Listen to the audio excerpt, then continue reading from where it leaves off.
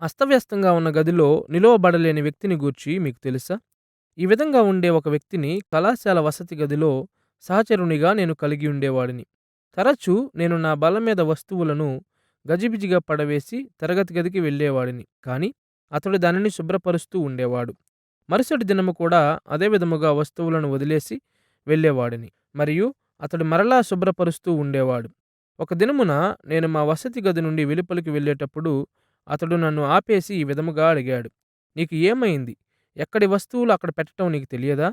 "అవును, ఎక్కడి వస్తువులు అక్కడ పెట్టటం నాకు తెలుసు కానీ, ఇంకా చేయవలసిన కార్యములు నాకు చాలా ఉన్నాయి. అవి చేసే సమయం నాకు లేదు" అని నేను ఒప్పుకున్నాను. అతడు ఇచ్చిన సమాధానం నాకు ఇప్పటికీ జ్ఞాపకముంది. "ఎక్కడ వస్తువులు అక్కడ పెట్టడానికి నీవు కొన్ని నిమిషాలు వెచ్చిస్తే, ఇంకా ఎన్ని పనులు చేయవచ్చునో అని నీవు ఆశ్చర్యపడిపోతావు." మంచిది. చాలా విధాలుగా నా స్నేహితుడి ఆలోచన క్రైస్తవ వేదాంత శాస్త్రమునకు అనువర్తింపబడుతుంది.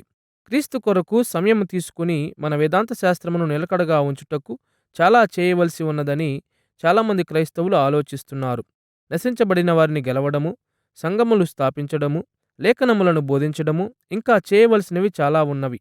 కానీ వాస్తవమేమిటంటే, మన వేదాంత శాస్త్రమును క్రమముగా ఏర్పాటు చేయడానికి సమయం కేటాయించగలిగితే క్రీస్తు సేవ మరియు ఆయన రాజ్యము కొరకు మరింత చేయవచ్చును.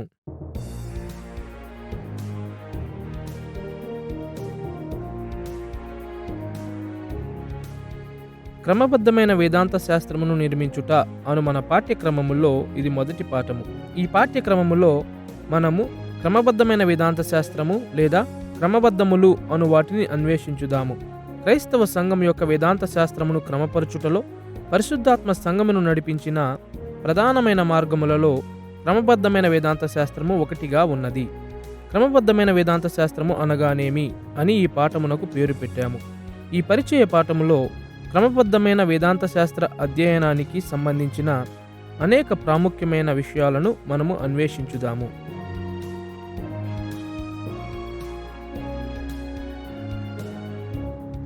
మన పాఠం 3 ప్రధాన అంశములను గురించి మాట్లాడుతుంది.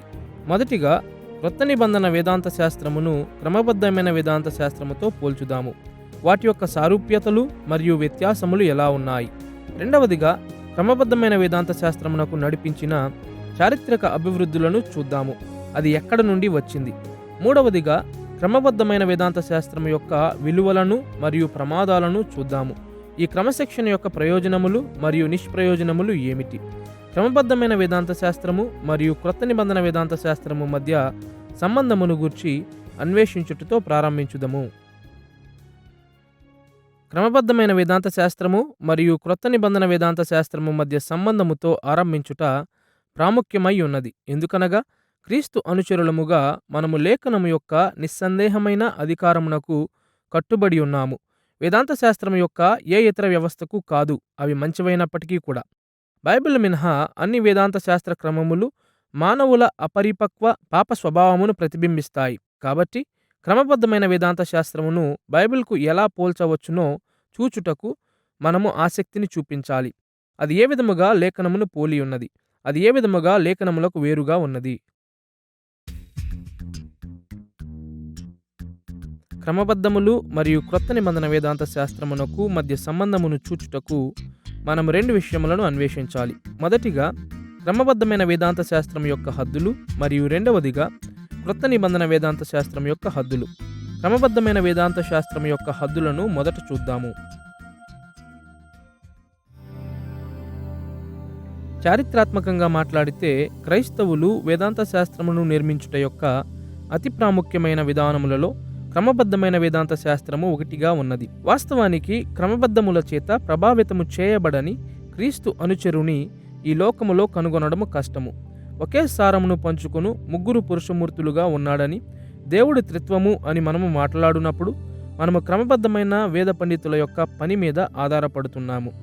పరిపూర్ణ మానవత్వము మరియు దైవత్వం కలిగిన క్రీస్తు అను అద్వితీయుని గురించి మనము మాట్లాడుచున్నప్పుడు క్రమబద్ధమైన వేదాంత శాస్త్రములో వర్ణించబడిన సిద్ధాంతములతో మనము పనిచేస్తున్నాము. పునరుత్పత్తి, విశ్వాసము, మారు మనస్సు, పవిత్రీకరణ మరియు మహిమపరచబడుట అను పదములను మనము ఉపయోగించినప్పుడు క్రమబద్ధమైన వేద పండితుల ద్వారా మన కొరకు నిర్వచించబడిన పదములను మనము ఉపయోగించుచున్నాము. అయినను క్రమబద్ధమైన వేదాంత శాస్త్రము ప్రభావశీలముగా ఉండినప్పటికీ చాలామంది క్రైస్తవులు నేడు దానిని గూర్చి అస్పష్టమైన ఆలోచనలను కలిగి ఉన్నారు. మీరు ఊహించినట్లుగా వేదాంత పండితులు వివిధ రకాలుగా వేదాంత శాస్త్రములో ఈ పద్ధతిని నిర్వచించారు. 20వ శతాబ్దము మధ్యలో లూయిస్ బెర్కాఫ్ రాసిన ప్రసిద్ధి చెందిన క్రమబద్ధమైన వేదాంత శాస్త్రము నుండి వెలువడిన నిర్వచనమును పరిశీలించుట ద్వారా సాంప్రదాయ ప్రొటెస్టెంట్ క్రమబద్ధమైన వేదాంత శాస్త్రం యొక్క ముఖ్య విషయాలను మనము గమనించవచ్చు. ఈ పుస్తకములోని 4వ అధ్యాయములో బర్కాఫ్ తన విద్యాశాఖను ఈ విధముగా నిర్వచించాడు. క్రమబద్ధమైన వేదాంత శాస్త్రము క్రైస్తవ మత సిద్ధాంత సత్యములన్నిటి యొక్క క్రమబద్ధమైన ప్రదర్శనను ఇవ్వడానికి ప్రయత్నిస్తుంది. ఈ సూటి అయిన నిర్వచనము క్రమబద్ధమైన వేదాంత శాస్త్రము యొక్క 3 అంశములను నొక్కి చెబుతుంది. మొదటిగా, సత్యముతోనే సంబంధము కలిగి ఉంటుంది. రెండవదిగా, వివిధ సత్యముల మధ్య తార్కిక సంబంధముల ప్రకారము క్రమబద్ధమైన విధముగా సత్యమును చూపించడానికి ప్రయత్నిస్తుంది. మూడవదిగా, క్రైస్తవ మతము నేపథ్యములోనే క్రమబద్ధమైన వేదాంత శాస్త్రము నిర్మించబడింది.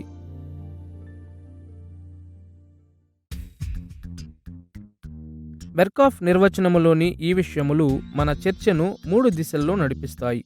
మొదటిగా, క్రమబద్ధమైన వేదాంత శాస్త్రము లేఖనములో ఇవ్వబడిన సత్యములను అనుసరిస్తూ బైబిలానుసారముగా ఉండుటకు తారసపడు విధానమును మనము చూద్దాము.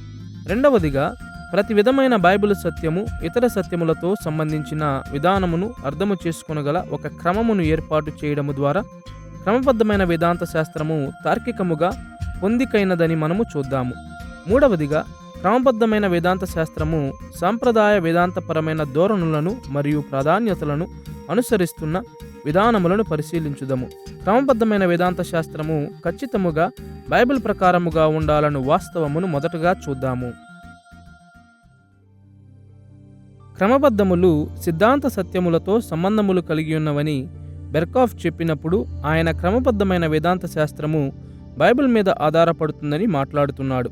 లేఖనములు మాత్రమే అను సిద్ధాంతమునకు లోబడి ఉన్న ప్రొటెస్టెంట్ వేదాంత పండితులకు సిద్ధాంత సత్యములపై దృష్టి పెడుతున్నామని చెప్పడం అంటే మా వేదాంతమంతయు బైబిల్ మీద ఆధారపడి ఉన్నదని చెప్పడమే. మరియు వాస్తవానికి క్రమబద్ధమైన సిద్ధాంతములను ఎక్కువగా బైబిల్ నుండియే మేము ప్రత్యక్షంగా తీసుకుంటున్నాము. బెర్కాఫ్ ఈ విషయమును స్పష్టముగా క్రమబద్ధమైన వేదాంత శాస్త్రములో ఈ వ్యాఖ్యతో తెలిపాడు. క్రమబద్ధమైన వేదాంత శాస్త్రములోని ప్రతి భాగము యొక్క మూలము లేఖనములో నుండియే తీసుకొనబడినదని క్రమబద్ధీకుడు తప్పక చూపించాలి. దురదృష్టవశాత్తు క్రైస్తవులు ఎల్లప్పుడూ క్రమబద్ధమైన వేదాంత శాస్త్రమును గూర్చి ఈ విధముగా ఆలోచించలేదు. బైబిల్ బోధనలో క్రమబద్ధీకరణలను స్థిరపరిచే క్రమములో కనీసము 3 ప్రధానమైన దిశలలో వేద పండితులు ఆలోచిస్తున్నారు. కొంతమంది వేద పండితులు క్రమబద్ధతను కేవలము సంఘ సంప్రదాయములలో లేదా సిద్ధాంతములలో ఆధారపడినట్లుగా చూస్తున్నారు. ఇవి కేవలము చరిత్ర అంతటిలో సంఘ బోధనల యొక్క విశ్లేషణగా వారు చూస్తున్నారు. మరికొంతమంది వేదాంత పండితులు క్రమబద్ధతలను మతపరమైన అనుభవములలో పాతుకుపోయినట్లు చూస్తున్నారు.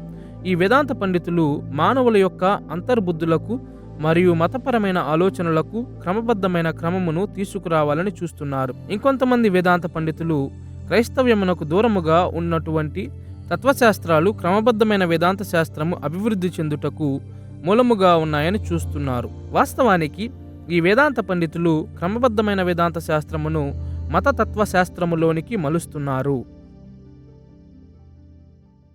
ఇప్పుడు క్రమబద్ధమైన వేదాంత శాస్త్రములో పాల్గొనిన ప్రతి ఒక్కరూ సంఘ సంప్రదాయము, మత అనుభవము మరియు తాత్విక పరిగణనలలో కొంతవరకు నిమగ్నమై ఉన్నారు. అయితే మన పాఠములలో క్రమబద్ధమైన వేదాంత శాస్త్రమును లేఖనముల మీద ఆధారపడిన ఒక క్రమశిక్షణగా నిర్వచించుదాము. క్రమబద్ధమైన వేదాంత శాస్త్రము అనున్నది సంఘ సంప్రదాయము, మత అనుభవము లేదా తత్వములో పాతుకుపోయినట్లుగా మనము చూచుటలేదు. క్రీస్తు వలనే మంచి వేదాంత శాస్త్రమంతయు క్రమబద్ధమైన దానితో సహా బైబిలానుసారమైనదని మనము అర్థము చేసుకోవాలి. ఇప్పటి వరకు క్రమబద్ధమైన వేదాంత శాస్త్రము బైబిలానుసారముగా ఉండుటకు తృష్ణతో ఉన్నదని మనము చూచాము. ఇప్పుడు క్రమబద్ధమైన వేదాంత శాస్త్రము లేఖన బోధలను క్రమముగా అమర్చుతూ తార్కికముగా సామరస్యం కలిగి ఉండుటకు ప్రయత్నిస్తున్న విధానమును చూద్దాము. బెర్కాఫ్ నిర్వచనము చూపుచున్నట్లుగా ఈ క్రమశిక్షణ సిద్ధాంత సత్యములన్నిటి యొక్క క్రమబద్ధమైన ప్రదర్శనను చేయడానికి చూస్తుంది. లేదా మరొక చోట ఆయన వివరించినట్లుగా, క్రమబద్ధీకుడు సిద్ధాంత సత్యములను క్రమబద్ధతల సంపూర్ణతలో కలిపేందుకు చూస్తున్నాడు. ఈ వీక్షణలో క్రమబద్ధమైన వేదాంత శాస్త్ర పండితుని యొక్క పని ఏమనగా, క్రైస్తవ విశ్వాసములను సంగ్రహముగా చూపించాలి. తద్వారా అవి ఒక సమగ్ర, క్రమబద్ధమైన తార్కిక వ్యవస్థగా ఏర్పాటు చేయబడతాయి. లేఖన బోధనలు ఏకీకృత తార్కిక వ్యవస్థగా ఎలా ప్రత్యక్షపరచబడతాయో క్రమబద్ధీకులు స్పష్టము చేయగలరు. ప్రతి యుగములో చాలామంది క్రైస్తవులు సాపేక్షకంగా విడదీయబడిన తమ నమ్మకములను విడిచిపెట్టుటలో తృప్తి చెందారు. దేవునిని గూర్చిన కొన్ని విషయాలను మనము నమ్ముతాము. విశ్వాసము మరియు రక్షణను గూర్చిన ఇతర విషయములను మనము నమ్ముతాము. నైతిక మరియు నీతిని గూర్చి ఇతర నమ్మకాలు మనకు ఉన్నాయి. ఎక్కువ మంది క్రైస్తవులు అనేక విషయాలను నమ్ముతున్నప్పటికీ మన నమ్మకములు ఒకదానికొకటి పొంతన లేకుండా ఉండునట్లు మనము అవకాశమిస్తాము. విరుద్ధంగా క్రైస్తవ నమ్మకముల యొక్క అనుబంధమును చూపడానికి క్రమబద్ధమైన వేదాంత శాస్త్రము ఒక ఉన్నతమైన ప్రణాళికను కలిగి ఉన్నది. క్రమబద్ధీకులు ఒకదానితోనొకటి కలిగిన తార్కిక సంబంధమును వివరించే మరియు బోధించే లేఖనముల యొక్క మొక్కలను మరియు తునకలను తీసుకుని సాధ్యమైనంత స్థిరముగా మరియు సమగ్రముగా తీసుకురావాలని కోరుతున్నారు. వాస్తవానికి ఖచ్చితముగా ఇందు మూలముగానే ఈ విద్యా విషయమును క్రమబద్ధమైన వేదాంత శాస్త్రము అని పిలుస్తారు. బైబిల్ ద్వారా బోధించబడిన వేదాంత శాస్త్రం యొక్క క్రమబద్ధతను ప్రత్యక్షపరచడమే దీని యొక్క లక్ష్యము. మూడవ స్థానములో క్రమబద్ధమైన వేదాంత శాస్త్రము కేవలము బైబిలానుసారముగా మరియు తార్కిక సామరస్యంగా ఉండుటకు మాత్రమే ప్రయత్నించడం కాదు గాని సాంప్రదాయ క్రైస్తవ విషయాలతో కొనసాగింపును కలిగి ఉండుటకు కూడా ప్రయత్నిస్తుంది. మరియు సంఘమునకు ప్రాముఖ్యమైనవిగా చరిత్ర చూపించిన సిద్ధాంతములపై దృష్టిని కేంద్రీకరిస్తుంది. క్రమబద్ధమైన వేదాంత శాస్త్రము క్రైస్తవ మతమునకు సంబంధించిన సిద్ధాంత సత్యములను గూర్చి చర్చిస్తుందని చెప్తూ బెర్కాఫ్ నిర్వచనము ఈ విషయమును ప్రస్తావిస్తుంది. ఈ విధముగా తన నిర్వచనము యొక్క ఈ అంశముపై ఆయన విశదీకరించాడు. భూతకాలమును గూర్చిన సైద్ధాంతిక పురోగమనము అనునది అతిపెద్ద తప్పిదము అనే పూర్వ ఆలోచనలో క్రమబద్ధీకుడు కొనసాగకపోవచ్చును. కాబట్టి ఆయన తన కార్యమును డీనోవాగా లేదా సరిక్రొత్తగా ఆరంభించవలెను. క్రమబద్ధమైన వేదాంత శాస్త్రములో క్రైస్తవ మతము సాంప్రదాయ వేదాంతపరమైన ధోరణులు మరియు ప్రాధాన్యతలకు సంబంధించిన సిద్ధాంతములను చూచుటకు మనము ప్రయత్నిస్తాము. కాబట్టి క్రమబద్ధతలు కేవలము బైబిలుతోనే చర్చించడము కాదుగాని సంఘ చరిత్ర అంతటిలో వేదాంత పండితుల ద్వారా వ్యక్తీకరించబడిన బైబిల్ బోధనలోని ప్రధాన విషయాలతో కూడా వ్యవహరిస్తుంది. ప్రతి నమ్మకమైన ప్రొటెస్టెంట్ క్రమబద్ధ వేదాంత శాస్త్రము ఒకే ప్రాథమిక నిర్మాణమును ఎందుకు అనుసరించుచున్నదో సాంప్రదాయకముపై దృష్టి ఉంచిన ఈ ఆందోళన వివరిస్తుంది. శతాబ్దాలుగా అభివృద్ధి చెందిన వేదాంతపరమైన సమీక్ష యొక్క ముఖ్య ఆందోళనలను అనుసరించి క్రమబద్ధీకులు సాధారణముగా లేఖన సిద్ధాంతములను ఈ విధముగా నిర్వహిస్తారు. వారు బిబ్లియాలజీ అనగా లేఖన సిద్ధాంతము లేదా దేవుని గురించిన వేదాంత శాస్త్రము అనగా దేవుని సిద్ధాంతముతో ఆరంభిస్తారు. తరువాత మానవ శాస్త్రము అనగా మానవ సిద్ధాంతము వైపు దృష్టిని మళ్లించి మరియు రక్షణ కొరకైన మానవుల అవసరతపై ప్రత్యేక దృష్టిని ఉంచుతారు. రక్షణ సిద్ధాంతము తరువాత రక్షణ శాస్త్రము, అటు తర్వాత సంఘశాస్త్రము అనగా సంఘ సిద్ధాంతము, మరియు చివరిగా రాకడ శాస్త్రము అనగా అంత్య విషయముల సిద్ధాంతము. ఈ ప్రాథమిక క్రమము క్రమబద్ధమైన వేదాంత శాస్త్రం యొక్క లక్షణము. ఎలయనగా క్రమబద్ధీకులు ఈ ప్రాధాన్యతలను సంప్రదాయ క్రైస్తవ వేదాంత శాస్త్రం యొక్క ఆకృతుల నుండి పొందుతారు. కావున క్రమబద్ధమైన వేదాంత శాస్త్రములో కనీసము 3 ప్రాథమిక లక్షణములను మనము చూడవచ్చు. ప్రొటెస్టెంట్ క్రమబద్ధ వేదాంత పండితులు బైబిలానుసారమైన తార్కిక సామరస్యమైన మరియు ప్రాధాన్యతలలోను ప్రాముఖ్యతలలోను సాంప్రదాయికమైన వేదాంత శాస్త్రమును సృష్టించడానికి చూస్తున్నారు.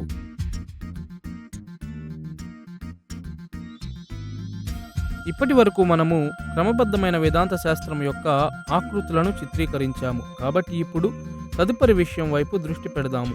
క్రొత్త నిబంధన వేదాంత శాస్త్రం యొక్క నమూనాలు.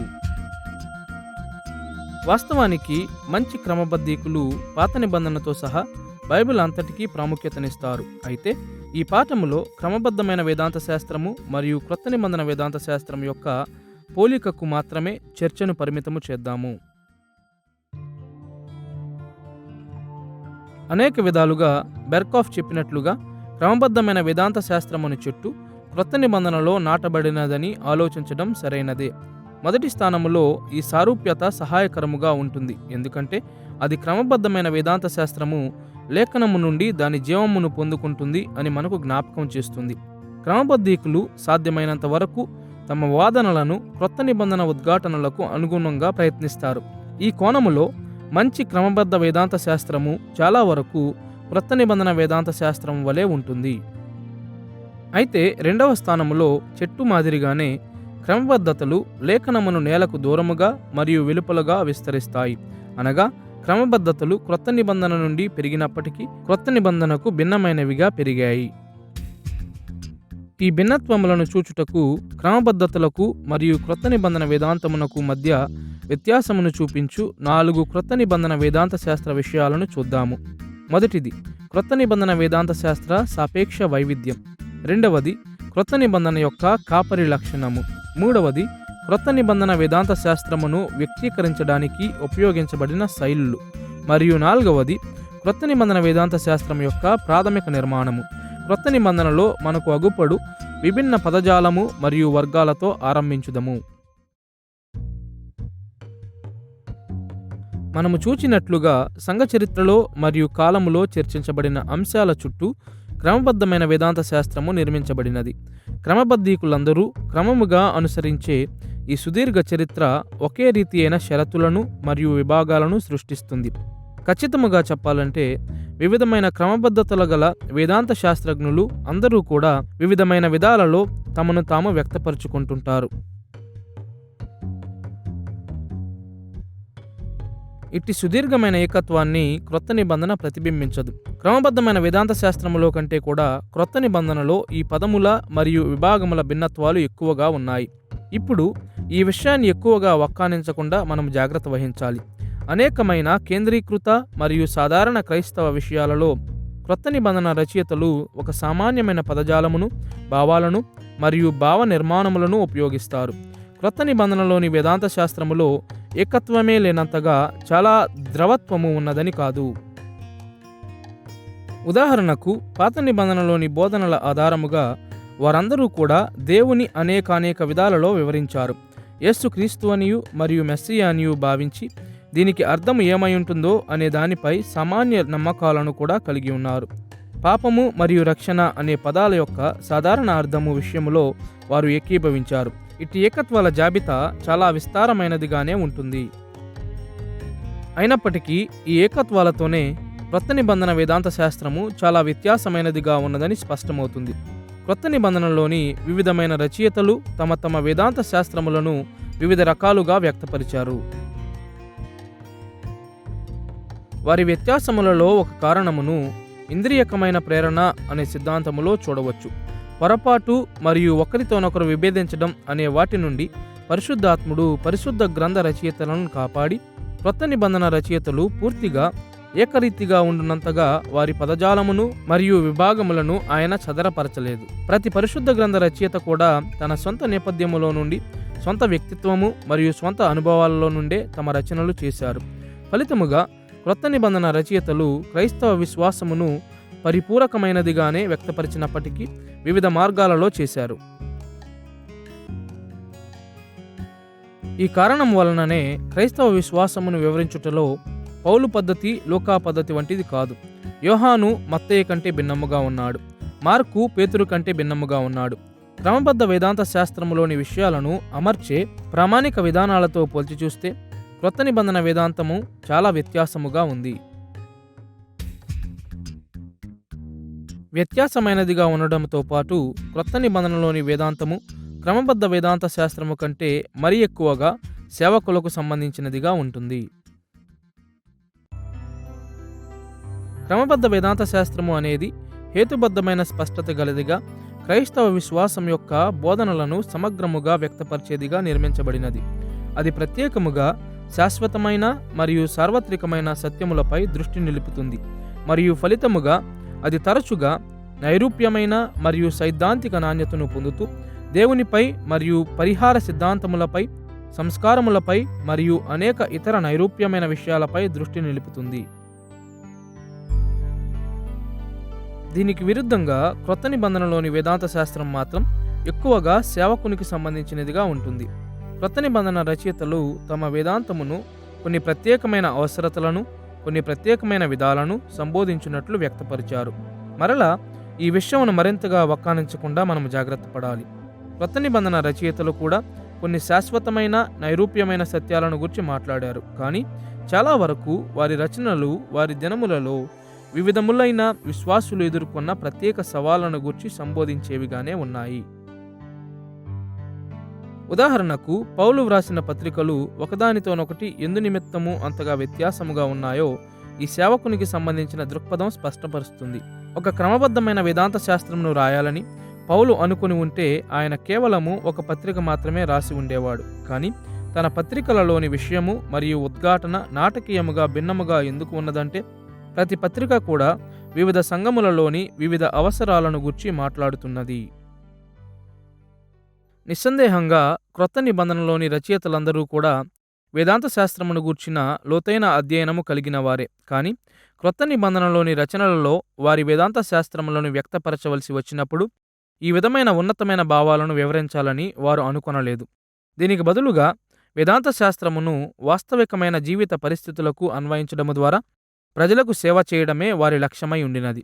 కాబట్టి సిద్ధాంతములను హేతుబద్ధముగా వివరించడం కంటే క్రొత్త నిబంధనలోని రచయితలు ప్రజల యొక్క వాస్తవికమైన ప్రయోగాత్మకమైన అవసరతలపైన మరియు ఆ అవసరతలను వేదాంత శాస్త్రము తీర్చగల మార్గములపైన తమ దృష్టిని నిలిపారు.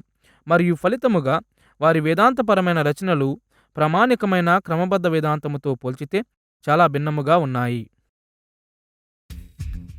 మూడవ స్థానములో క్రొత్త నిబంధన దాని వేదాంత శాస్త్రమును విభిన్నమైన కళా ప్రక్రియలలో వ్యక్తపరిచింది గనుక క్రొత్త నిబంధన వేదాంత శాస్త్రము క్రమబద్ధ వేదాంత శాస్త్రము కంటే భిన్నముగా ఉన్నది.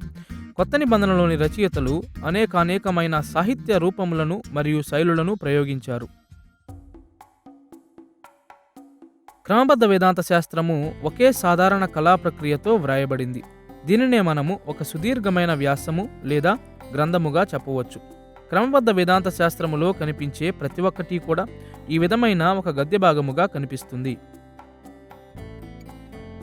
దీనికి విరుద్ధముగా క్రొత్త నిబంధనలోని వేదాంతము మాత్రం వివిధమైన కళా ప్రక్రియలలో వ్యక్తపరచబడింది. క్రొత్త నిబంధనలో అనేక విధములైన సాహిత్య రకాలు కనిపిస్తాయి. విశాలంగా మాట్లాడితే దానిలో రెండు సాధారణమైన సాహిత్యములు ఉన్నాయి: కథనము మరియు పత్రిక.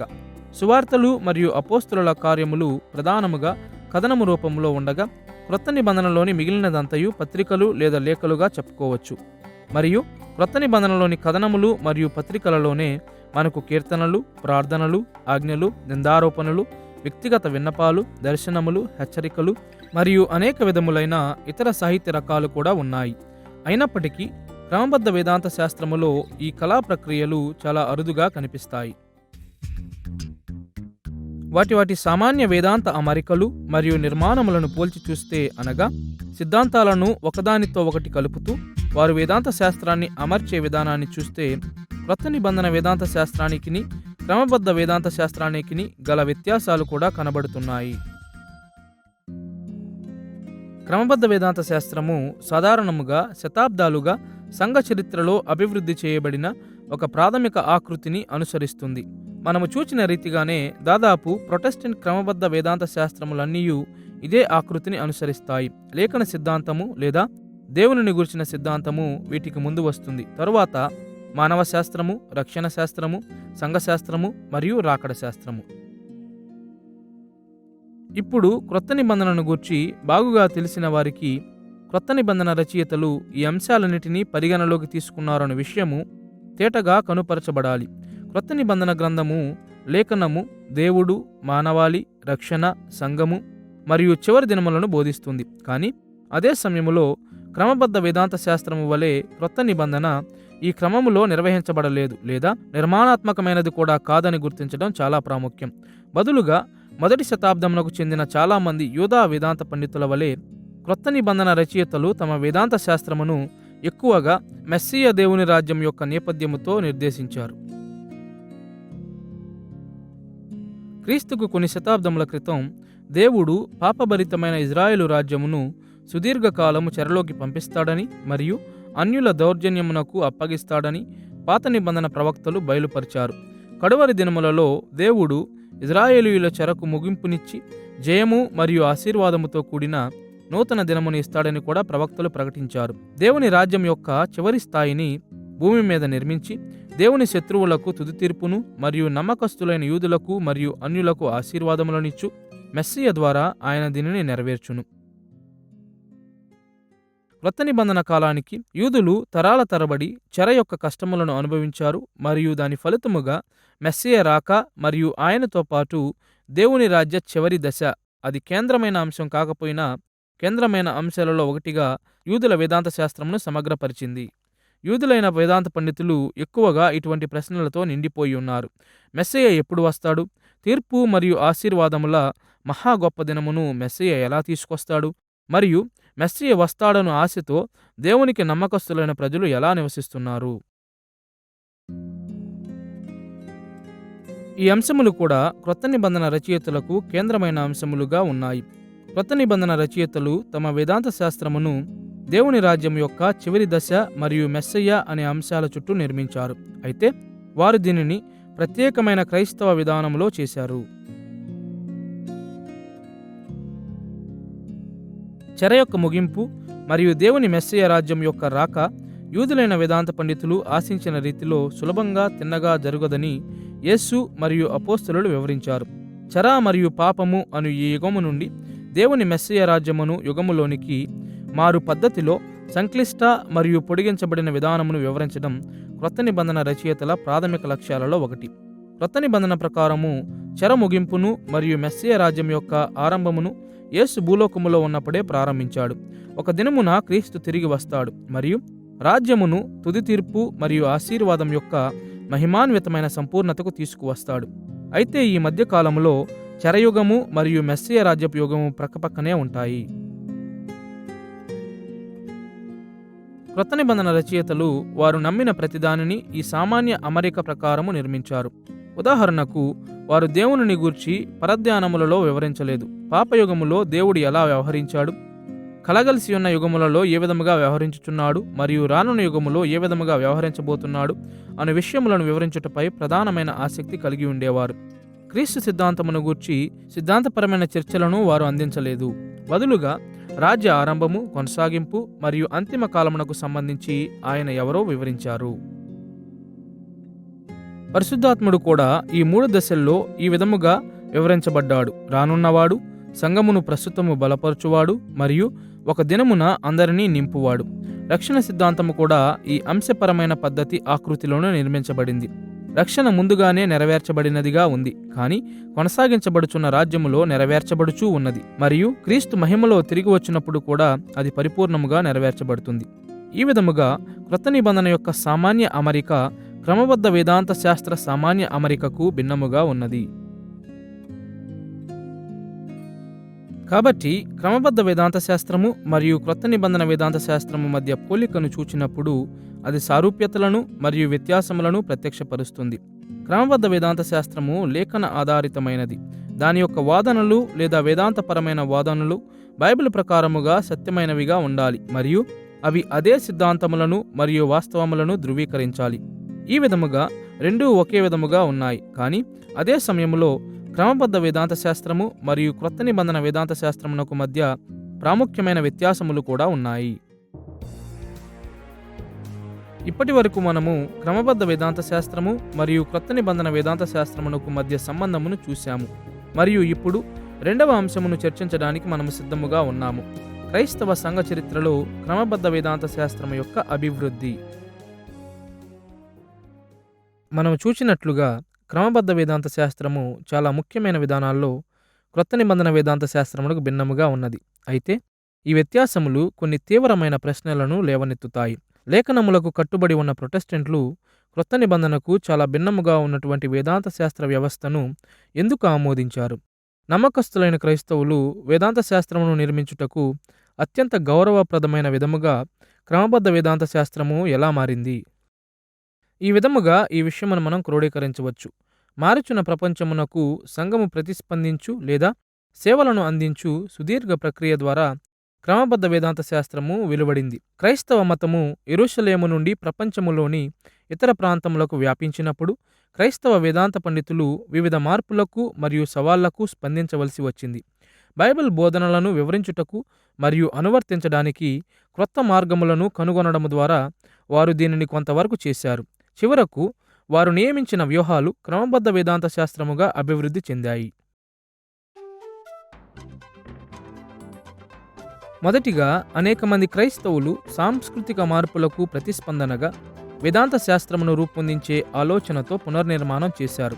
అయితే క్రొత్త నిబంధన స్పష్టపరిచేదేమనగా లేఖనములో ప్రత్యక్షపరచబడిన సత్యమునకు కట్టుబడి ఇతరులు అర్థము చేసుకునే విధముగా ఆ సత్యమును మాట్లాడడం అనేది క్రీస్తు అనుచరులుగా మన బాధ్యత అయి ఉన్నది. వాస్తవానికి ఈ విధముగా చేయమని గొప్ప ఆజ్ఞలో క్రీస్తు తానే మనకు బోధించాడు. మత్తయి సువార్త 28వ అధ్యాయము 19-20 వచనాలలో ఆయన మాటలను ఆలకించండి. కాబట్టి మీరు వెళ్ళి సమస్త జనులను శిష్యులనుగా చేయుడి, తండ్రి యొక్కయు కుమారుని యొక్కయు పరిశుద్ధాత్మ యొక్కయు నామములోనికి వారికి బాప్తిస్మమిచ్చుచు నేను మీకు ఏ ఏ సంగతులను ఆజ్ఞాపించితినో వాటన్నిటినీ గైకొనవలెనని వారికి బోధించుడి. ఇక్కడ ఒక విషయమును గమనించండి. కాబట్టి మీరు వెళ్ళి సమస్త జనులకు బైబిలు చదివి వినిపించండి అని యేసు చెప్పలేదు. సంఘ పరిచర్యలో లేఖనమును బహిరంగముగా చదవడం అనేది ప్రాముఖ్యమైన భాగం. అయితే గొప్ప ఆజ్ఞలో యేసు మనలను ఆజ్ఞాపించింది ఇది కాదు. ఆయన ఆజ్ఞను నెరవేర్చాలంటే లేఖనములను బోధించడానికి మనము ఆయన వాక్కును బోధించాలి. మరో మాటలో లేఖన సత్యమును మాట్లాడడానికి క్రొత్త మార్గములను మనం వెదకాలి మరియు మన చుట్టూనున్న ఇతరులు అర్థము చేసుకునేలా బైబిల్లో మనము కనుగొనిన దానిని వివరించడమును మరియు ఒక ఆకృతిని తీసుకుని రావడమును అది కలిగి ఉంటుంది. బోధించాలి, ప్రభావవంతంగా మాట్లాడాలి మరియు గొప్ప ఆజ్ఞను నెరవేర్చాలనిన కోరిక వలననే క్రమబద్ధ వేదాంత శాస్త్రము వెలుగులోకి వచ్చింది మరియు నేడు కొనసాగుచున్నది. నేడు మనకు తెలిసిన దాని ప్రకారము క్రమబద్ధ వేదాంత శాస్త్రమునకు దారితీసిన 3 ప్రధాన చారిత్రక పరిమాణములను క్లుప్తముగా వివరించుదము. మొదటిగా సంఘ పితరుల కాలపు వేదాంత శాస్త్రము సుమారు క్రీస్తు 150 నుండి క్రీస్తు 600 వరకు కొనసాగింది మరియు ఇది క్రమబద్ధ వేదాంత శాస్త్రం వైపు దృష్టి పెట్టడం ప్రారంభించింది. రెండవదిగా మధ్యయుగ వేదాంత శాస్త్రము ఇది సుమారుగా క్రీస్తు 600 నుండి ప్రారంభమై 1500 వరకు కొనసాగింది. వేదాంత శాస్త్రం యొక్క విధానాలు అభివృద్ధి చెందినప్పుడు అవి క్రమబద్ధతలకు తక్షణ పూర్వగాములుగా ఉన్నాయి. మూడవదిగా ప్రొటెస్టెంట్ వేదాంత శాస్త్రము. ప్రొటెస్టెంట్లు క్రీస్తు 1500 నుండి నేటి వరకు క్రమబద్ధ వేదాంత శాస్త్రమును నిర్మించిన విధానములు. క్రీస్తు మరియు ఆయన అపోస్తుల కాలము తరువాత సంఘపితరుల కాలములో క్రమబద్ధతల పట్ల జరిగిన కొన్ని మొట్టమొదటి ఉద్యమాలతో ప్రారంభించుదము. క్రమబద్ధతల వైపుకు ఈ మొదటి ప్రధాన మెట్టును అర్థము చేసుకోవడానికి 2 అంశములను అన్వేషించుదము. మొదటిగా సంఘపితరుల కాలములో సంఘము అనుభవించిన సాంస్కృతిక మార్పులు మరియు రెండవదిగా సంస్కృతిలో కలిగిన ఈ మార్పుల ఫలితముగా వచ్చిన వేదాంత శాస్త్ర మార్పులు. సంఘ పితరుల కాలములో చోటు చేసుకునిన సాంస్కృతిక మార్పులను మొదటిగా అన్వేషించుదుము. అపోస్తలుల కాలము తరువాత ఆది సంఘము అనుభవించిన గొప్ప మార్పులలో ఒకటి ఏమనగా క్రైస్తవ్యము యొక్క కేంద్రమును పాలస్తీనా దేశము నుండి క్రొత్త గృహమైన అన్య ప్రపంచం వైపు త్రిప్పుట అనే ఉద్యమము. ఈ మార్పు చాలా నిర్ణయాత్మకమైనది గనుక యూదులు కాకుండా అన్యులే సంఘములో ప్రముఖ వేద పండితులయ్యారు. నాయకత్వములోని ఈ పరివర్తన క్రైస్తవులు వేదాంత శాస్త్రమును నిర్మించిన మార్గములలో చాలా ముఖ్యమైన మార్పులకు దారితీసింది. అన్య వేదాంత పండితులు సువార్తను తమ అన్య ప్రపంచమునకు అందించడానికి ప్రయత్నించారు. వారు ఆ సమయములోనున్న గ్రీకో రోమన్ సంస్కృతికి సంబంధించిన మార్గాలలో తమ విశ్వాసమును వివరించడం మరియు కాపాడుకోవడం ప్రారంభించారు. వారు తమ కాలములోని గ్రీకుల తత్వాల ప్రకారం క్రైస్తవ్యమును వర్ణించడం ప్రారంభించారు. ఆసక్తికరముగా గ్రీకు సంస్కృతితో లేఖనమును అర్థవంతమైన సంభాషణలోనికి తీసుకువచ్చిన మొదటివారు క్రైస్తవులు కాదు. క్రీస్తుకు కొన్ని శతాబ్దముల క్రితం అనేక మంది యూదులు అన్య ప్రపంచమంతటా చెల్లాచెదురయ్యారు.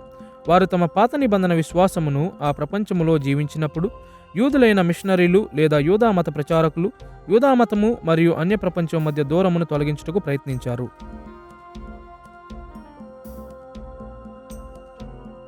ఈ యూదులు అన్యులకు ప్రచారము చేయుట ద్వారా వారి తర్వాత క్రైస్తవులు అనుసరించిన 2 మార్గములను స్థాపించారు. ఒకవైపున అనేక మంది యూదులు తమ విశ్వాసమును గ్రీకు సంస్కృతికి అనుగుణంగా మార్చారు గనుక వారు మిలితవాదులుగా మారారు. సత్యమైన పాత నిబంధన విశ్వాసమును అన్య నమ్మకములతో మరియు ఆచారములతో సరికాని విధముగా కలిపేశారు. అలాంటి సమన్వయవాదం యొక్క ఉత్తమమైన ఉదాహరణలలో ఒకటి క్రీస్తుపూర్వం 30 నుండి క్రీస్తుశకం 50 వరకు నివసించినటువంటి అలెగ్జాండ్రియాలోని ఫిలో యొక్క రచనలలో కనిపిస్తుంది. పాత గ్రీకు తత్వశాస్త్రముతో శ్రావ్యముగా ఉన్నందున అతని యూదా విశ్వాసము గౌరవప్రదమైనదని వాదించుట ద్వారా మరియు మోషే పుస్తకాలను అలంకార రూపకములుగా చూచుట ద్వారా అన్యుల మేధో సంస్కృతికి మరియు పాత నిబంధన విశ్వాసమునకు మధ్య తేడాలను తగ్గించడానికి ఫిలో ప్రయత్నించాడు. అయితే అదే సమయంలో అనేక మంది యూదులు ఈ శతాబ్దములలో తమ బైబిల్ అనుసారమైన విశ్వాస విషయంలో రాజీ పడకుండా తమ గ్రీకు సంస్కృతులతో చట్టబద్ధముగా పనిచేయడానికి మార్గములను కనుగొన్నారు. ఈ విధమైన పరిచర్యను గూర్చి ఒక గొప్ప ఉదాహరణ ఏమనగా గ్రీకు పాత నిబంధన గ్రంథమైన సెప్టుజెంట్ ఆవిర్భావము. పాత నిబంధన యొక్క గ్రీకు సంస్కరణలు మధ్యధరా ప్రపంచమంతటా సమాజ మందిరాలలో అనువదించబడ్డాయి గనుక హెబ్రీ భాషను అర్థము చేసుకొనలేని యూదులు మరియు అన్యులకు లేఖనములు అందుబాటులోకి వచ్చాయి. సంఘపితరుల కాలంలో క్రైస్తవ వేదాంత పండితులు ఈ 2 దిశలలో కూడా వెళ్ళారు. ఒక ప్రక్క క్రొత్త నిబంధన విశ్వాసమును గ్రీకీకరణ చేయడానికి అనేక ప్రయత్నాలు చేశారు. కాబట్టి చాలామంది సంఘ నాయకులు క్రైస్తవ సమన్వయవాదములో పడిపోయారు. వారు నిజమైన క్రైస్తవ్యమును అన్య నమ్మకాలు మరియు ఆచారాలతో మిళితము చేశారు. సమన్వయవాదం యొక్క కొన్ని రూపములు క్రొత్త నిబంధన సంఘములో అప్పటికే ఉన్నాయి. కానీ సంఘపితరుల కాలంలో ప్రసిద్ధిగాంచిన అనేక వైదికముగా లేని విభాగాలు అనగా ఎబియోనిజం, బాసిలిడిజం మరియు జ్ఞాస్తికవాదము క్రైస్తవ్యములో అభివృద్ధి చెందాయి. మరో ప్రక్క సాంప్రదాయ క్రైస్తవ వేదాంత పండితులు సమన్వయవాదమును తిరస్కరించినప్పటికీ తమ చుట్టూనున్న గ్రీకు ప్రపంచ దృక్పథాలతో సంభాషించడం ద్వారా అన్యమత ప్రపంచంలో పరిచర్య చేయడానికి చట్టబద్ధమైన మార్గములను కనుగొన్నారు. ఈ నిజమైన విశ్వాసులు సమస్త జనులకు క్రీస్తు ఆజ్ఞను అందించడానికి పూనుకునినప్పుడు బైబిలానుసారమైన సత్యముతో రాజీ పడకుండా సమకాలీన తాత్వికతతో మరియు మతపరమైన దృక్పథాలతో తమ వేదాంత శాస్త్రమును వ్యక్తపరిచారు. ఈ సాంస్కృతిక మార్పులను గ్రహించి సంఘపితరుల కాలపు అన్య ప్రపంచములో పరిచర్య సవాళ్లను ఎదుర్కొనేందుకు ప్రామాణిక క్రైస్తవ వేదాంత శాస్త్రము మార్పు చెందుటకు ఉపయోగించిన కొన్ని మార్గములను పరిశీలించుదాము. క్రైస్తవ వేదాంత శాస్త్రములోని ఈ దశలో ఉద్భవించిన సాధారణ వేదాంత ధోరణులు ఏవి? సంఘపితరుల కాలంలో నవీన ప్లాటోవాదముగా పిలువబడిన ఒక దృక్పథం మధ్యధరా ప్రపంచములో ప్రధాన తాత్విక మరియు మతపరమైన శాఖగా ఉన్నది. నవీన ప్లాటోవాదము అను పదము అనేక రకాలైన దృక్పథములను కలిగి ఉండి విస్తృత మతపరమైన తత్వాన్ని సూచిస్తుంది. అది నవీన ప్లాటోవాదముగా ఎందుకు పిలువబడుతుందంటే అది ప్లాటో బోధనలపై ఆధారితమైనది. కానీ క్రీస్తుశకం 203 నుండి 279 వరకు నివసించిన ప్లోటినస్ వంటి తత్వవేత్తల ద్వారా పరిచయము చేయబడిన నూతన ఆలోచనలను కూడా కలిగి ఉంది. ఈ మతపరమైన తత్వశాస్త్రము సంక్లిష్టంగా ఉన్నప్పటికీ 3 విషయాలలో దాని కేంద్ర అంశాలను సంగ్రహించవచ్చు: ద్వంద్వాదము లేక డ్యూయలిజం, హేతువాదము లేక రేషనలిజం మరియు మార్మిక సిద్ధాంతము లేక మిస్టిసిజం. మొదటిగా నవీన ప్లాటోవాదము అనేది ద్వంద్వాదము. ఇది ఆత్మీయ మరియు భౌతిక విషయాలకు మధ్య ఒక ప్రాథమిక భేదమును బోధించింది. నవీన ప్లాటో ద్వంద్వాదంలో స్వచ్ఛమైన ఆత్మ మంచిదిగా మరియు స్వచ్ఛమైన పదార్థం పరిపూర్ణ చెడుగా భావించబడింది.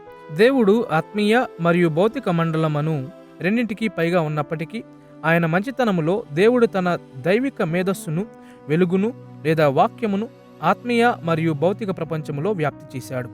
ఈ దైవికమైన శక్తి దేవుని నుండి వెలువడి వాస్తవికత అంతటిలో ప్రవహించి క్రమము మరియు రూపమును తెచ్చి మొదట ఆత్మీయ మండలముతో ఆరంభమై భౌతిక ప్రపంచం వైపు క్రిందికి కదిలింది. ఈ ద్వంద్వాద దృక్పథము మానవ జీవన విధానముపై కొన్ని ప్రభావాలను కలిగి ఉండినది. ప్రజలు భౌతిక ప్రపంచములో జన్మించిన వారిగా చెప్పబడ్డారు. భౌతిక ప్రపంచములో ఖైదీలుగా కూడా చెప్పబడ్డారు. అయితే భౌతిక ప్రపంచముతో ఉన్న అన్ని సంబంధములను ఉపక్రమించుకొని దేవునిని వెదకడమే మానవ జీవితంలో అత్యంత ఉత్తమమైన విషయం అని నవీన ప్లాటోవాదం బోధించింది. దేవునిని వెదుకు ప్రయత్నములో భౌతిక ప్రపంచముతో సంబంధములను ఉపక్రమించుకుని ఈ భావన నవీన ప్లాటోవాదం యొక్క రెండవ ప్రాధాన్య విషయమైన హేతుబద్ధతకు మనలను నడిపిస్తుంది.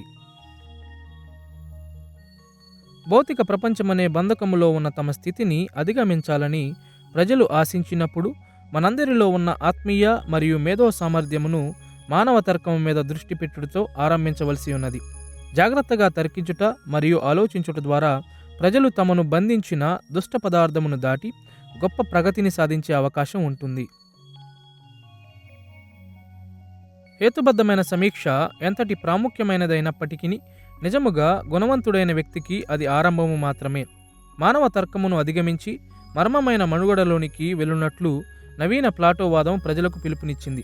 పదార్థము లేక లోకము నుండి పూర్తిగా వేరుపరచబడి దేవునితో పరిపూర్ణముగా ఐక్యమవ్వాలంటే ప్రజలు తమ సొంత మేధాశక్తులను దాటి దేవుని సొంత ఉన్నతమైన స్థానమునకు చేరుకోవాలి. ఎలానగా దేవుడు అన్నింటినీ మించినవాడు, మానవ మేధస్సుకు అందనివాడు మరియు మానవులు మానవ ఆలోచనలను దాటి మర్మమైన ప్రత్యక్షతను పొందుకుంటేనే దేవునితో ఏకమవుతారు అనేది నవీన ప్లాటోవాదం యొక్క నమ్మకమై ఉన్నది.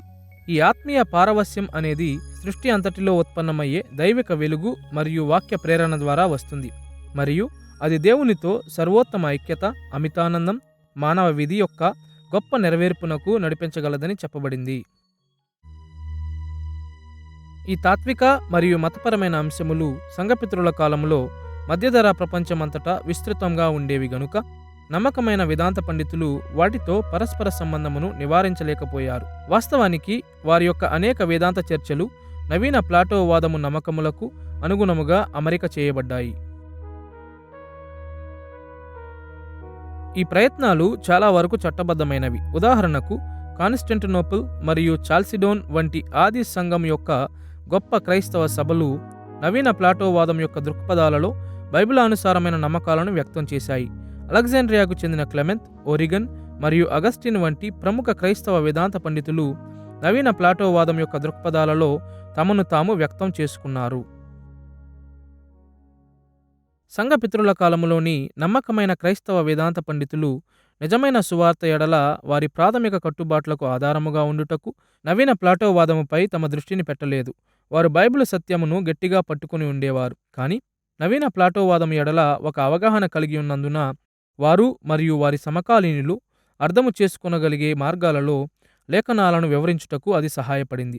ఈ విధముగా వారి సంస్కృతులతో సంభాషించుట ద్వారా వారు సువార్తను ప్రకటించగలిగారు, సంఘమును స్థాపించారు, క్రీస్తు ద్వారా రక్షించబడు జ్ఞానములోనికి అనేక మంది అవిశ్వాసులను నడిపించారు.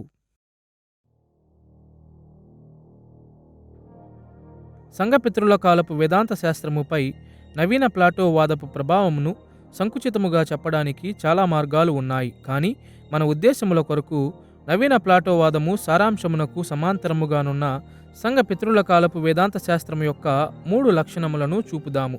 సంఘపితరుల కాలపు వేదాంత శాస్త్రము యొక్క ఆత్మీయ ప్రాధాన్యత, తర్కము యొక్క ప్రాముఖ్యత మరియు మార్మిక సిద్ధాంతం యొక్క ప్రాముఖ్యత నవీన ప్లాటోవాదము ద్వారా ప్రభావితం చేయబడినందున మొదటిగా సంఘపితరుల కాలపు వేదాంత శాస్త్రం యొక్క ప్రాధాన్యతలను పరిశీలించుదము. నవీన ప్లాటోవాదం యొక్క లక్షణాలలో ఒకటి ఆత్మీయ మరియు భౌతిక మండలాల మధ్య ద్వంద్వాదము అని మీరు గుర్తు చేసుకుంటారు. ఈ ద్వంద్వాదమునకు సంఘపితరుల కాలపు వేదాంతము స్పందించే క్రమములు ఐహిక సంబంధమైన విషయములు కాక ఆత్మ సంబంధమైన విషయములకు ప్రాధాన్యతనిచ్చు విధముగా బైబిల్ గ్రంథ బోధనలను నిర్వహిస్తూ సమర్పిస్తూ స్పందించింది. వేదాంత శాస్త్రం పట్ల గల ఈ దృక్పథమును పైనుండి వచ్చిన వేదాంతము అని పిలుస్తాము. లౌకిక విషయాలకు కాకుండా ఆత్మీయ విషయాలకు ప్రాముఖ్యతనిచ్చు విధముగా బైబిల్ బోధలను ఏర్పాటు చేసి అందించుట ద్వారా సంఘపితరుల కాలపు వేదాంత శాస్త్రము ఈ ద్వంద్వాదమునకు స్పందించింది. ఇది వేదాంత శాస్త్రములో పైనుండి వచ్చిన వేదాంత శాస్త్రము అని మనం పిలిచే ఒక విధానము. ఒక మాటలో పైనుండి వచ్చిన వేదాంత శాస్త్రము భూసంబంధమైన మరియు లౌకికమైన విషయాల కంటే ఆత్మీయ విషయాలకు మొదటి స్థానమిస్తుంది. దేవుడు మరియు ఆయన మార్గములపై దృష్టి పెడుతుంది. దేవుని సారమేమిటి, ఆయన లక్షణాలు ఏమిటి, దేవుని ఐక్యత ఏమిటి, త్రిత్వము అనగా ఏమిటి, భౌతిక ప్రపంచములో మానవుని జీవితము మరియు మానవ పరిస్థితిని గూర్చిన విషయాల కంటే సంఘపితరుల కాలపు వేదాంత శాస్త్రములో ఈ విషయాలు మరింత ప్రాముఖ్యమైనవిగా ఉండేవి. ఈ ప్రాధాన్యతలు సంఘపితరుల కాలపు వేదాంత శాస్త్రం యొక్క ముఖ్య లక్షణములయ్యాయి. రెండవ స్థానములో వేదాంత పండితులు వేదాంత శాస్త్రములో తర్కము యొక్క ప్రాముఖ్యతను గొప్పగా మెచ్చుకొని వేదాంత శాస్త్రములో తార్కిక ప్రతిబింబము ప్రాథమిక సాధనంగా దానిపై దృష్టి పెట్టారు. మనము చూచినట్లుగా భౌతిక ప్రపంచమును అధిగమించి పైకి లేవగల మానవ తర్కాన్ని అమలు చేసే బాధ్యత మానవులకు ఉందనే నమ్మకము నవీన ప్లాటోవాదం యొక్క ముఖ్య విలువలలో ఒకటి. మేధస్సుపై దృష్టి పెట్టే నవీన ప్లాటోవాదమునకు ప్రతిస్పందనగా సంఘం యొక్క ఆది పితరులు క్రైస్తవ వేదాంత శాస్త్రములో మేధోపరమైన ప్రతిబింబమును గూర్చి నొక్కి చెప్పారు. ప్రముఖ క్రైస్తవ వేదాంత పండితులు క్రైస్తవ నమ్మకముల యొక్క హేతుబద్ధమైన అన్వేషణ మరియు వివరణపై మునుపెన్నడూ లేని విధముగా దృష్టిని పెట్టారు. తద్వారా క్రొత్త నిబంధన పేర్కొనని మరియు కనిపెట్టని అనేక సిద్ధాంతములు హేతుబద్ధమైన అన్వేషణ యొక్క విషయాలుగా మారాయి. ఉదాహరణకు క్రొత్త నిబంధన వేదాంత శాస్త్రము త్రిత్వము వంటి సిద్ధాంతములను వివరించకుండా విడిచిపెట్టింది. త్రిత్వములోని వ్యక్తుల మధ్య సంబంధమును గూర్చిన వివరణను క్రొత్త నిబంధన రచయితలు వివరించలేదు. కానీ సంఘపితరుల కాలంలో బైబిల్ రచయితలు తమ అభిప్రాయములను స్పష్టముగా చెప్పకపోయినప్పటికీ క్రొత్త నిబంధన రచయితల అభిప్రాయమును గూర్చి వివరించుటకు వేదాంత పండితులు తార్కిక విశ్లేషణను ఉపయోగించారు. తండ్రి అయిన దేవుడు, కుమారుడైన దేవుడు మరియు పరిశుద్ధాత్మ దేవుని గూర్చి అబద్ధ బోధలకు స్పందనగా ఆదిమ సంఘ పితరులు హేతుబద్ధమైన సమీక్ష ద్వారా ప్రత్యేకతలను జాగ్రత్తగా పరిశీలించుటకు తమను తాము అప్పగించుకొని క్రొత్త నిబంధన ప్రస్తావించని విషయాలన్నీ వీలైనంత వరకు చర్చించుటకు ప్రయత్నించారు. ఈ విధముగా వేదాంత శాస్త్రమునకు తార్కికమును అనువర్తించుట వలన వేదాంత పండితులు తమ నవీన ప్లాటోవాదపు ప్రపంచములో పనిచేయుచుండగా అది గొప్ప ప్రాముఖ్యమైన విలువగా మారింది. మూడవ స్థానములో మార్మిక సిద్ధాంతముపై నవీన ప్లాటోవాదమునకు ఉన్న దృష్టికి ప్రతిస్పందనగా సంఘపితరుల కాలపు వేదాంత శాస్త్రము మార్మిక సిద్ధాంతముపై లేదా ఆత్మీయ జ్ఞానోదయంపై కూడా దృష్టిని కేంద్రీకరించింది. మనము చూచినట్లుగా నవీన ప్లాటోవాదములో మానవ మనస్సుపై దృష్టి పెట్టి జాగ్రత్తగా తర్కించుట అనేది దేవునితో ఐక్యమైపోయే ఉన్నతమైన మార్మిక స్థాయికి వెళ్లే ఒక పునాది రాయిగా మాత్రమే ఉంది. తర్కము అనేది పరిమితమైనది మరియు ఉన్నతమైన ఆత్మీయ మండలములను గ్రహించలేదు మరియు ఈ ఉన్నతమైన స్థాయిలను అందుకోవాలంటే ప్రత్యేకమైన ప్రత్యక్షత అవసరం. అదేవిధముగా త్రిత్వము లేదా క్రీస్తు మానవత్వము లేక దైవత్వము లేదా సంస్కారములు మరియు సంఘము వంటి సిద్ధాంతములను ఆది క్రైస్తవ పితరులు వివరించినప్పుడు ఈ సిద్ధాంతములలోని కొన్ని విషయాలు మానవ ఆలోచనకు అతీతమైనవని ఒప్పుకున్నారు. తరచుగా వారి తర్క చర్చలతో పాటుగా క్రైస్తవ విశ్వాసం యొక్క ఉన్నత సత్యములను సులభముగా వివరించలేము లేదా హేతుబద్ధముగా సమర్థించలేమని ఒప్పుకున్నారు. బదులుగా మార్మిక జ్ఞానోదయం మానవ ఆలోచనా శక్తిని అధిగమించు అతీంద్రియ అనుభవముల ద్వారానే గ్రహించబడగలదు. సంఘపితరుల కాలపు వేదాంత శాస్త్రము దేవుని ప్రత్యక్షతా సేవలో తర్కమును ఉపయోగించింది, కానీ అది తార్కిక సాక్ష్యము కంటే ఆత్మీయ విషయములపైనే దృష్టిని ఆధారము చేసుకునింది. కాబట్టి సంఘపితరుల కాలంలో వేదాంత పండితులు క్రైస్తవ వేదాంత శాస్త్రమును అన్య ప్రపంచమునకు బోధించుటలో, వివరించుటలో మరియు సమర్థించుటలో అనేక సవాళ్లను ఎదుర్కొనుట ద్వారా వారి వ్యూహాలు మరియు వక్కానింపులు మారాయి. భౌతిక విషయాల కంటే ఆత్మీయ లేదా పైనుండి వచ్చిన వేదాంత శాస్త్ర విషయాలకు ప్రాధాన్యతనిచ్చు ఈ మార్పులు హేతుబద్ధ విశ్లేషణ, ఉపయోగము మరియు మార్మిక సిద్ధాంతముపై ఆధారపడుట అనునవి నేడు మనమెరిగిన క్రమబద్ధ వేదాంత శాస్త్రమునకు దారితీశాయి.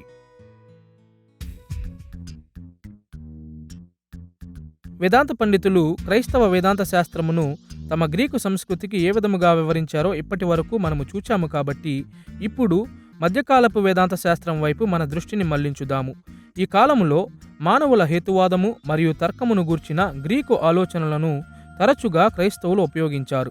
క్రీస్తు శకం 600 నుండి క్రీస్తు శకం 1500 మధ్య కాలంలో అభివృద్ధి చెందిన శాస్త్రీయ తత్వము అని తరచుగా పిలువబడిన వేదాంత ఉద్యమముపై దృష్టి పెడదాము. శాస్త్రీయ తత్వమును గూర్చిన మన వివరణ సంఘపితరుల కాలపు వేదాంత శాస్త్రమును మనము చూచిన విధానాన్ని పోలి ఉంటుంది. ఒక ప్రక్క శాస్త్రీయ వాదమునకు దారితీసిన సాంస్కృతిక మార్పులను మనము వివరించుదము. మరో ప్రక్క ఫలితముగా వచ్చిన కొన్ని వేదాంత శాస్త్రములోని మార్పులను అన్వేషించుదము. ఈ శతాబ్దాలలో జరిగిన కొన్ని సాంస్కృతిక మార్పులను మొదట చూద్దాము.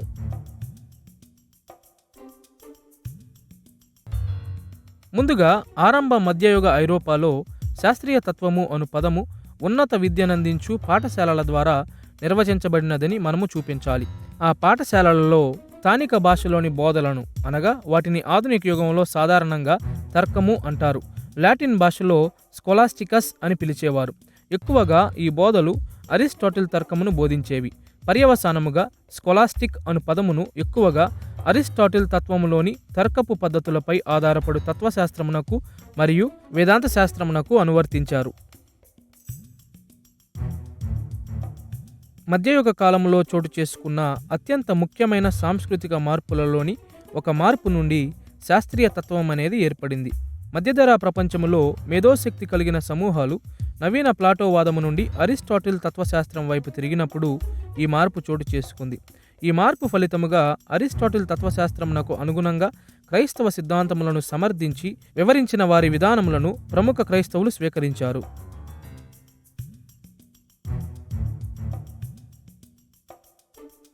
వాస్తవానికి శాస్త్రీయ తత్వం వైపు గల ఈ మార్పు కొన్ని వందల సంవత్సరాల కాలంలో జరిగినది మరియు దాని ఎడల గొప్ప తిరస్కారము కూడా కలిగింది. ప్రత్యేకముగా క్రైస్తవ మార్మికవాదుల నుండి కలిగినది.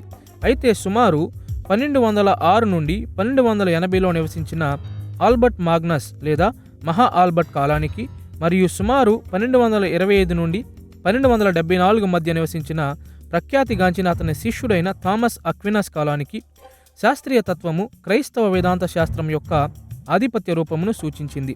సంస్కరణకు ముందు అరిస్టాటిల్ తత్వశాస్త్రం యొక్క దృక్పథాలకు క్రైస్తవ వేదాంత శాస్త్రము లోతుగా ఆకర్షించబడింది. శాస్త్రీయ తత్వమునకు నడిపించిన కొన్ని సాంస్కృతిక మార్పులను మనము చూచాము. కాబట్టి ఇప్పుడు దాని యొక్క కొన్ని ప్రధాన లక్షణములను చూద్దాము. క్రైస్తవ వేదాంత శాస్త్రములో శాస్త్రీయ తత్వం అనేది ప్రధానమైన పద్ధతిగా చెప్పబడడానికి కారణమేమిటి? సంఘ పితరుల కాలపు వేదాంత శాస్త్రముకు మరియు శాస్త్రీయ తత్వ వేదాంత శాస్త్రమునకు మధ్య అనేకమైన సారూప్యతలు ఉన్నప్పటికీ కనీసము ఒక క్లిష్టమైన వ్యత్యాసము ఉన్నది. మొత్తంగా గొప్ప వేదాంతపరమైన ఆలోచనలు మర్మమైన ప్రేరణ ద్వారా కలుగుతాయని సంఘ పితరుల కాలపు వేదాంత శాస్త్రం పేర్కొంది. అయితే శాస్త్రీయ తత్వము అత్యంత హేతువాదమైనది మరియు ఇది వేదాంత శాస్త్రమంతటిని గూర్చి అనుకూలంగా మాట్లాడుటలో, అన్వేషించుటలో, వివరించుటలో తర్కశాస్త్రపు విలువను నొక్కి చెబుతుంది. భౌతిక మరియు ఆత్మీయ ప్రపంచములు మరియు దేవుడు కూడా తర్కశాస్త్రం ద్వారానే జాగ్రత్తగా విశ్లేషించబడాలి. అరిస్టాటిల్ రచనలైన తర్కశాస్త్రం, భౌతిక శాస్త్రం మరియు అధిభౌతిక శాస్త్రములలో శాస్త్రీయ తత్వవాదకులు ప్రావీణ్యత నొందినవారు మరియు ఈ హేతుబద్ధ దృష్టిని కలిగి ఉన్న ప్రపంచమునకు క్రైస్తవ వేదాంత శాస్త్రమును గూర్చి తెలియజేయాలని కోరుకున్నారు.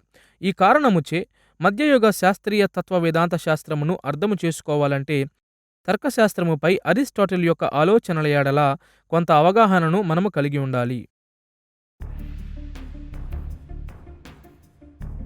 శాస్త్రీయ తత్వ వేదాంత శాస్త్రముపై ప్రభావము చూపిన తర్కశాస్త్రము ఎడల అరిస్టాటిల్ యొక్క 4 అభిప్రాయములను మాత్రమే చెప్పడానికి సమయం అనుకూలిస్తుంది. మొదటిది ఖచ్చితమైన అంత్యప్రత్యయం యొక్క ప్రాముఖ్యత. రెండవది ప్రతిపాదన తర్కం యొక్క అవసరత. మూడవది స్పష్టమైన తార్కిక న్యాయ ప్రయోగముల విలువ. చివరిది హేతుబద్ధ విశ్లేషణ యొక్క ప్రాముఖ్యతలు. మొదటిగా హేతుబద్ధత, తార్కిక అన్వేషణ, విజయం అనేవి మనం ఉపయోగించే పదములు మరియు వాటిని జాగ్రత్తగా నిర్వచించే విధానముపై ఆధారపడి ఉంటుందని అరిస్టాటిల్ అర్థం చేసుకున్నాడు.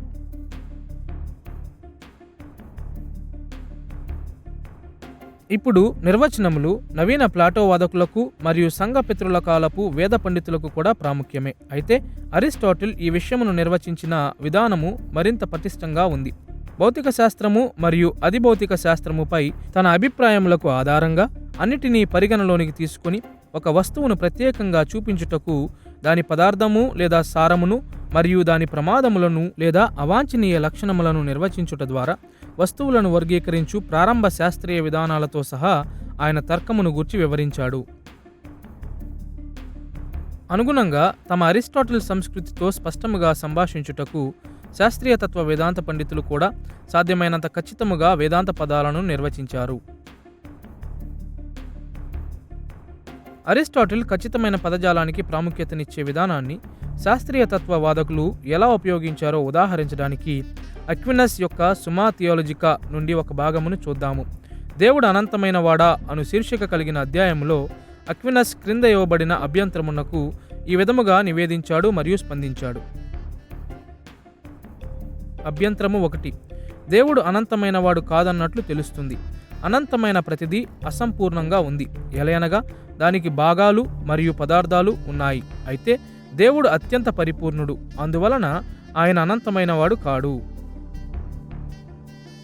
ఈ అభ్యంతరమునకు స్పందించడానికి అక్వినస్ నిర్వచనము అను అంశముపై దృష్టి పెట్టాడు. ఆయన ఎలా స్పందించాడో వినండి. మితముగా చేయబడిన రూపము ద్వారా ఏ పదార్థము కూడా సంపూర్ణము చేయబడదు. అందువలన అనంతము అని చెప్పబడిన పదార్థమునకు అసంపూర్ణ స్వభావము ఉన్నది. ఎలయనగా అది రూపము లేని పదార్థముగా ఉన్నది. ఈ చిన్న వాక్య భాగంలోనే అక్వినాస్ అనేక సాంకేతిక పదాలను ఉపయోగించాడు. అతడు పదార్థము, రూపము, నిరాకారము, మితము, అనంతము, సంపూర్ణము మరియు అసంపూర్ణము వంటి పదాలను ఉపయోగించాడు. మరియు తన కాలపు వారు అర్థము చేసుకున్న రీతిలో అతడు ఈ సాంకేతిక పదాలను ఉపయోగించాడు, ఎందుకంటే అవి అరిస్టాటిల్ అట్టి పదాలను ఉపయోగించిన విధానమునకు అనుగుణంగా ఉన్నాయి. పర్యవసానముగా అక్వినస్ తన ఆలోచనలకు మరియు ఇతరుల ఆలోచనలకు మధ్య వ్యత్యాసములను చూపించగలిగాడు. అంత్యప్రత్యయం యొక్క ఖచ్చితమైన నిర్వచనములపై ఈ దృష్టి శాస్త్రీయ తత్వ వేదాంత శాస్త్రం యొక్క లక్షణముగా ఉన్నది. ఈ దృష్టి ఫలితముగా శాస్త్రీయ తత్వ వేదాంత శాస్త్రము సాంకేతిక పదాలతో నిండిపోయింది. క్రైస్తవ వేదాంత శాస్త్రము కొరకు విస్తృతమైన ప్రత్యేక పదజాలమును శాస్త్రీయ తత్వవేత్తలు అభివృద్ధి చేశారు మరియు వారి పదజాలము క్రైస్తవ వేదాంత శాస్త్రములో శతాబ్దాలుగా ఉపయోగించబడుతూ ఉంది. కాబట్టి ఇది మనకు ప్రాముఖ్యమైనది. తర్కశాస్త్రముపై అరిస్టాటిల్ యొక్క రచనలు ఖచ్చితమైన పదజాలమును నొక్కి చెప్పాలని శాస్త్రీయ తత్వ వేదాంత పండితులకు స్ఫూర్తినిచ్చుటతో పాటుగా వేదాంత సత్యాలను మాట్లాడుటలో, ప్రతిపాదనలకు కీలక పాత్రనిచ్చుటలో వారిని ప్రోత్సహించింది. సరళమైన రూపంలో ప్రతిపాదనలు అనేవి విషయము మరియు సంభావ్యత ద్వారా రూపొందించబడిన సత్యమును నొక్కి చెప్పడము. మన అనుదిన ఉపన్యాసములలో ప్రతిపాదనలను ఉపయోగిస్తూనే ఉంటాము. నేను మనిషిని అను పద సమూహమును గమనించండి. ఈ ప్రతిపాదనలో నేను అనేది విషయము మరియు మనిషిని అనేది సంభావ్యత. వేదాంత శాస్త్రములో యేసు దేవుని కుమారుడు వంటి ప్రతిపాదనలు మనకు బాగుగా తెలిసినవే. ఇటువంటి సత్యములను గూర్చి నొక్కి చెప్పే ప్రతిపాదనలు శాస్త్రీయ తత్వ వేదాంత శాస్త్రమునకు ప్రాముఖ్యమైనవిగా ఉన్నాయి. ఎలయనగా అవి అరిస్టాటిల్ తర్కశాస్త్ర విశ్లేషణ ఆకారంలో ఉన్నవి. తార్కిక హేతువాదమనున్నది ప్రతిపాదనలతో ఎలా పనిచేస్తుంది అను విషయముపై అరిస్టాటిల్ ఎక్కువ దృష్టిని పెట్టాడు. ఆయన అభిప్రాయములో అంతర్దృష్టి లేదా భావోద్వేగాలు, కవిత్వం లేదా ప్రతీకవాదం, విడి కథ లేదా ప్రార్థనలు వంటి వ్యక్తీకరణలతో తర్కము పనిచేయదు. తర్కము ప్రధానముగా వాస్తవాల యొక్క ప్రకటనలతో ముడిపడి ఉంటుంది. సరిగా రూపొందించబడిన ప్రతిపాదనలతో మాత్రమే ఒక అంశాన్ని విశ్లేషించడానికి మనము తర్కమును ఉపయోగించవచ్చు. అరిస్టాటిల్ ప్రాముఖ్యతనిచ్చిన దానికి అనుగుణంగా శాస్త్రీయ తత్వము దాని యొక్క సాధారణ వేదాంత శాస్త్రమును ప్రతిపాదనలలో వ్యక్తము చేయడానికి కష్టపడుతుంది. ఇప్పుడు తక్కువ సాధారణ, తక్కువ విద్యాస్థాయిలో క్రైస్తవ విశ్వాసములో ఇతర వ్యక్తీకరణలు కూడా ఉండాలని శాస్త్రీయ తత్వ వేదాంత పండితులు అర్థము చేసుకున్నారు.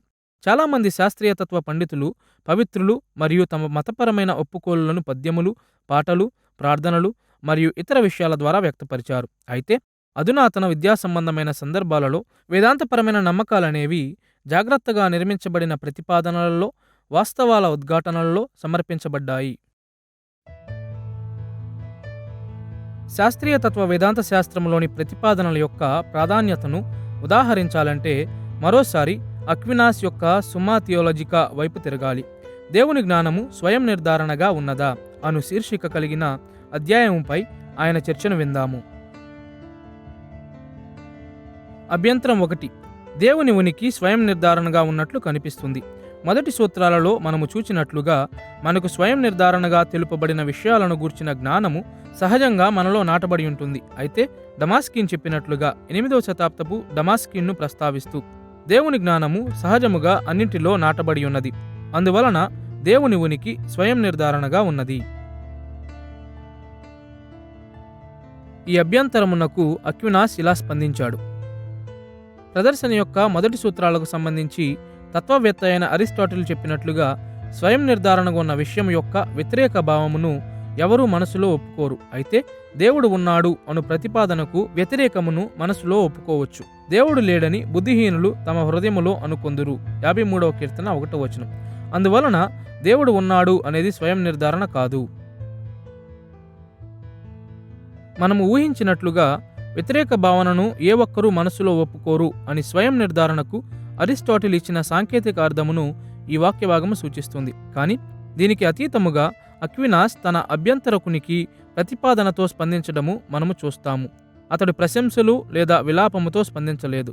అతడు తన ప్రత్యర్థిని తిట్టలేదు లేదా బెదిరించలేదు. బదులుగా అతడు తరచుగా ప్రతిపాదనలతోనే స్పందించేవాడు. ఇక్కడ మనము అక్వినాస్లో చూస్తున్నది సాధారణంగా శాస్త్రీయ తత్వ వేదాంత శాస్త్రం యొక్క లక్షణముగా ఉంది. శాస్త్రీయ తత్వ పండితులు తమ సాధారణ వేదాంత చర్చలను అన్నింటినీ ప్రతిపాదనలకు పరిమితం చేశారు. జాగ్రత్తగా నిర్వచించిన పదములను వాస్తవ ప్రకటనలలో బాగుగా అమరిక చేసి వేదాంత సమస్యలను తర్కించారు. ఈ లక్షణం అధికారిక క్రైస్తవ వేదాంత శాస్త్రమునకు కేంద్రముగా మారింది. తద్వారా మన కాలములో కూడా క్రమబద్ధ వేదాంత శాస్త్రములో ప్రతిపాదనలు కీలకమైనవిగానే ఉన్నాయి. తర్కశాస్త్రముపై అరిస్టాటిల్ యొక్క స్పందనతో వ్యవహరించిన శాస్త్రీయ తత్వం యొక్క మూడవ విధానము స్పష్టమైన న్యాయ ప్రయోగమను వర్గములో సంగ్రహించబడుతుంది. ఒక పదములో స్పష్టమైన న్యాయ ప్రయోగము అనునది ప్రమేయములు మరియు ముగింపులను రూపొందించడానికి ఏర్పాటు చేయబడిన ప్రతిపాదనలు కలిగి ఉన్న తర్కవాదము. ఉదాహరణగా ప్రాథమిక తర్క పాఠ్య పుస్తకాలలో తరచూ బోధించబడే ఒక ప్రసిద్ధిగాంచిన స్పష్టమైన న్యాయ ప్రయోగము ఈ విధముగా ఉంటుంది. ప్రతిపాదన 1, సోక్రటీస్ ఒక మనిషి. ప్రతిపాదన 2, మనుష్యులందరూ మర్త్యమైనవారు. ముగింపు, అందువలన సోక్రటీస్ కూడా మర్త్యమైనవాడే.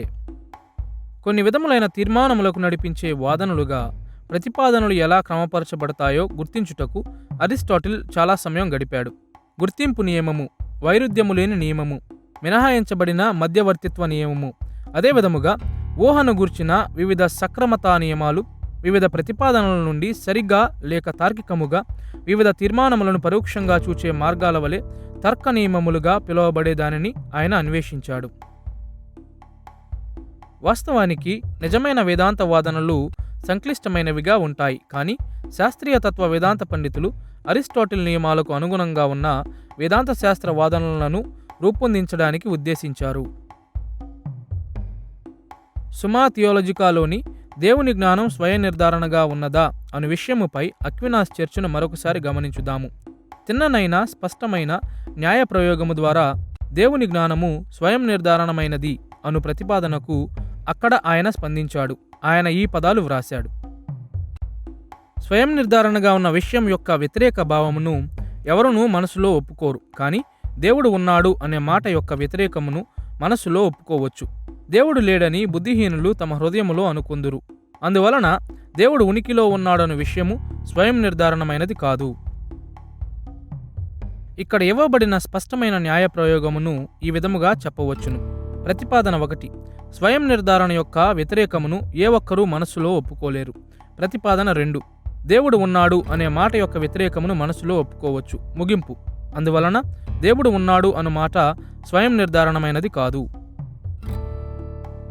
జాగ్రత్తగా నిర్మించబడిన స్పష్టమైన న్యాయ ప్రయోగములతో అక్వినాస్ తన వేదాంతమును అన్వేషించి ఎలా కాపాడుకున్నాడో చూచుటకు ఈ వాక్య భాగం ఒక ఉదాహరణ. ఆయన ఈ అంశముపై వ్యవహరించిన విధానము మధ్యయుగ శాస్త్రీయ తత్వమునకు విలక్షణంగా ఉన్నది. వాస్తవముగా స్పష్టమైన న్యాయ ప్రయోగముపై ఈ విధమైన దృష్టి మన కాలములో కూడా క్రమబద్ధ వేదాంత శాస్త్రమునకు కేంద్ర లక్షణముగా ఉన్నది. సాంకేతిక పదములపై దృష్టి పెట్టడం, ప్రతిపాదనలు మరియు తార్కిక స్పష్టమైన న్యాయ ప్రయోగముపై ఆధారపడడంతో పాటు శాస్త్రీయ తత్వ పండితులు అరిస్టాటిల్ ప్రభావమును తమ వేదాంత శాస్త్రం యొక్క ప్రాధాన్యతల ద్వారా చూపించారు.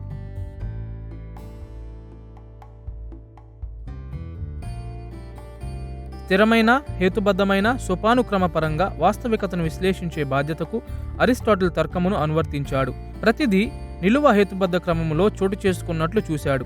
ఆయన అభిప్రాయములో అన్ని విషయములు ఒక కొలబద్ద యొక్క దిగువ అంచున ఉన్న వేర్వేరు అసంపూర్ణతలు మరియు పై అంచున ఉన్న స్వచ్ఛమైన ఐక్యత మరియు పరిపూర్ణ రూపమునకు మధ్య ఉన్నాయి. ఈ హేతుబద్ధ క్రమములోనే ప్రతి విధమైన వాస్తవికత యొక్క స్థానము ఎక్కడ సరిపడుతుందో గుర్తించడం తత్వశాస్త్రం యొక్క అనేక బాధ్యతల్లో ఒకటిగా ఉన్నదని ఆయన నమ్మకం.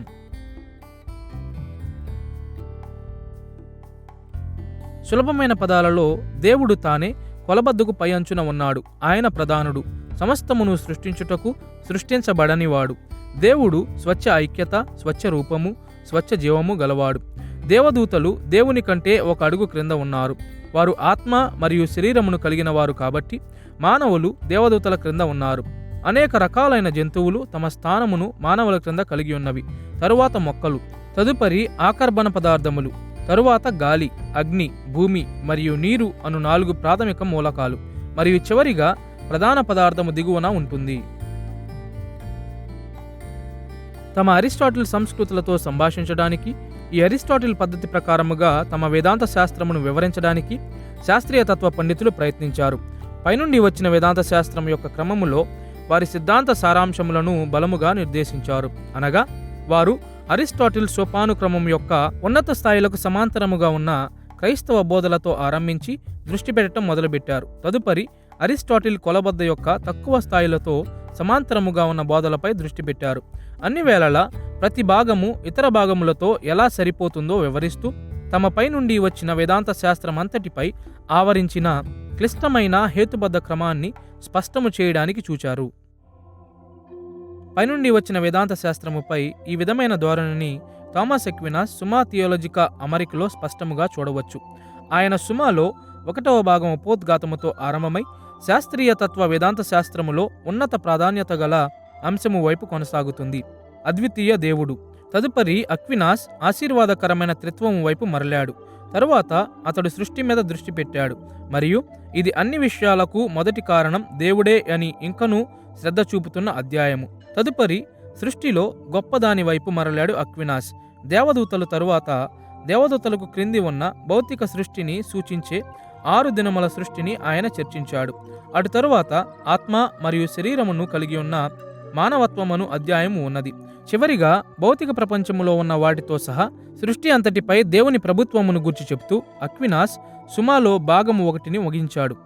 అక్వినాస్ యొక్క సుమా థియోలజికాలో ప్రతిబింబించిన అరిస్టాటిల్ ప్రాధాన్యతలు శాస్త్రీయ తత్వం యొక్క సాధారణ వ్యూహమును చూపిస్తాయి మరియు ఈ ధోరణి శతాబ్దాలుగా అధికారిక క్రైస్తవ వేదాంత శాస్త్రమును కలిగి ఉంది మరియు ఇది అధునాతన ప్రొటెస్టెంట్ క్రమబద్ధ వేదాంత శాస్త్రములో కూడా ఉంది. క్రైస్తవ వేదాంత శాస్త్రము క్రొత్త నిబంధన పద్ధతుల నుండి గ్రీకుల ఆలోచన విధానములోనికి మారిన కొన్ని విధానములను మనం ఇప్పటి వరకు చూచాము. మొదటిగా సంఘపితరుల కాలములోని నవీన ప్లాటో ద్వంద్వాదమును మరియు తదుపరి మధ్యయుగములోని అరిస్టాటిల్ హేతువాదమును చూచాము. కాబట్టి ఇప్పుడు ప్రొటెస్టెంట్ వేదాంత శాస్త్రము ఈ అభివృద్ధులతో పోల్చబడిన మార్గములను మనము చూద్దాము. ప్రొటెస్టెంట్ వేదాంత శాస్త్రమును పరిశీలించడానికి చాలా మార్గాలు ఉన్నాయి గనుక ఒక చిన్న భాగమునకు మాత్రమే మనలను మనం పరిమితం చేసుకోవాలి. ప్రొటెస్టెంట్ వేదాంత శాస్త్రంలో 3 దశలను మనము చూద్దాము. మొదటిగా 16వ శతాబ్దపు ఆరంభ సంస్కర్తల వేదాంత శాస్త్రము, రెండవదిగా సాంప్రదాయిక ప్రొటెస్టెంట్ల ఒప్పుకోలుడు మరియు మూడవదిగా ఆధునిక ప్రొటెస్టెంట్ క్రమబద్ధ వేదాంత శాస్త్రము. ప్రారంభ సంస్కర్తల వేదాంత శాస్త్రముతో ఆరంభించుదము.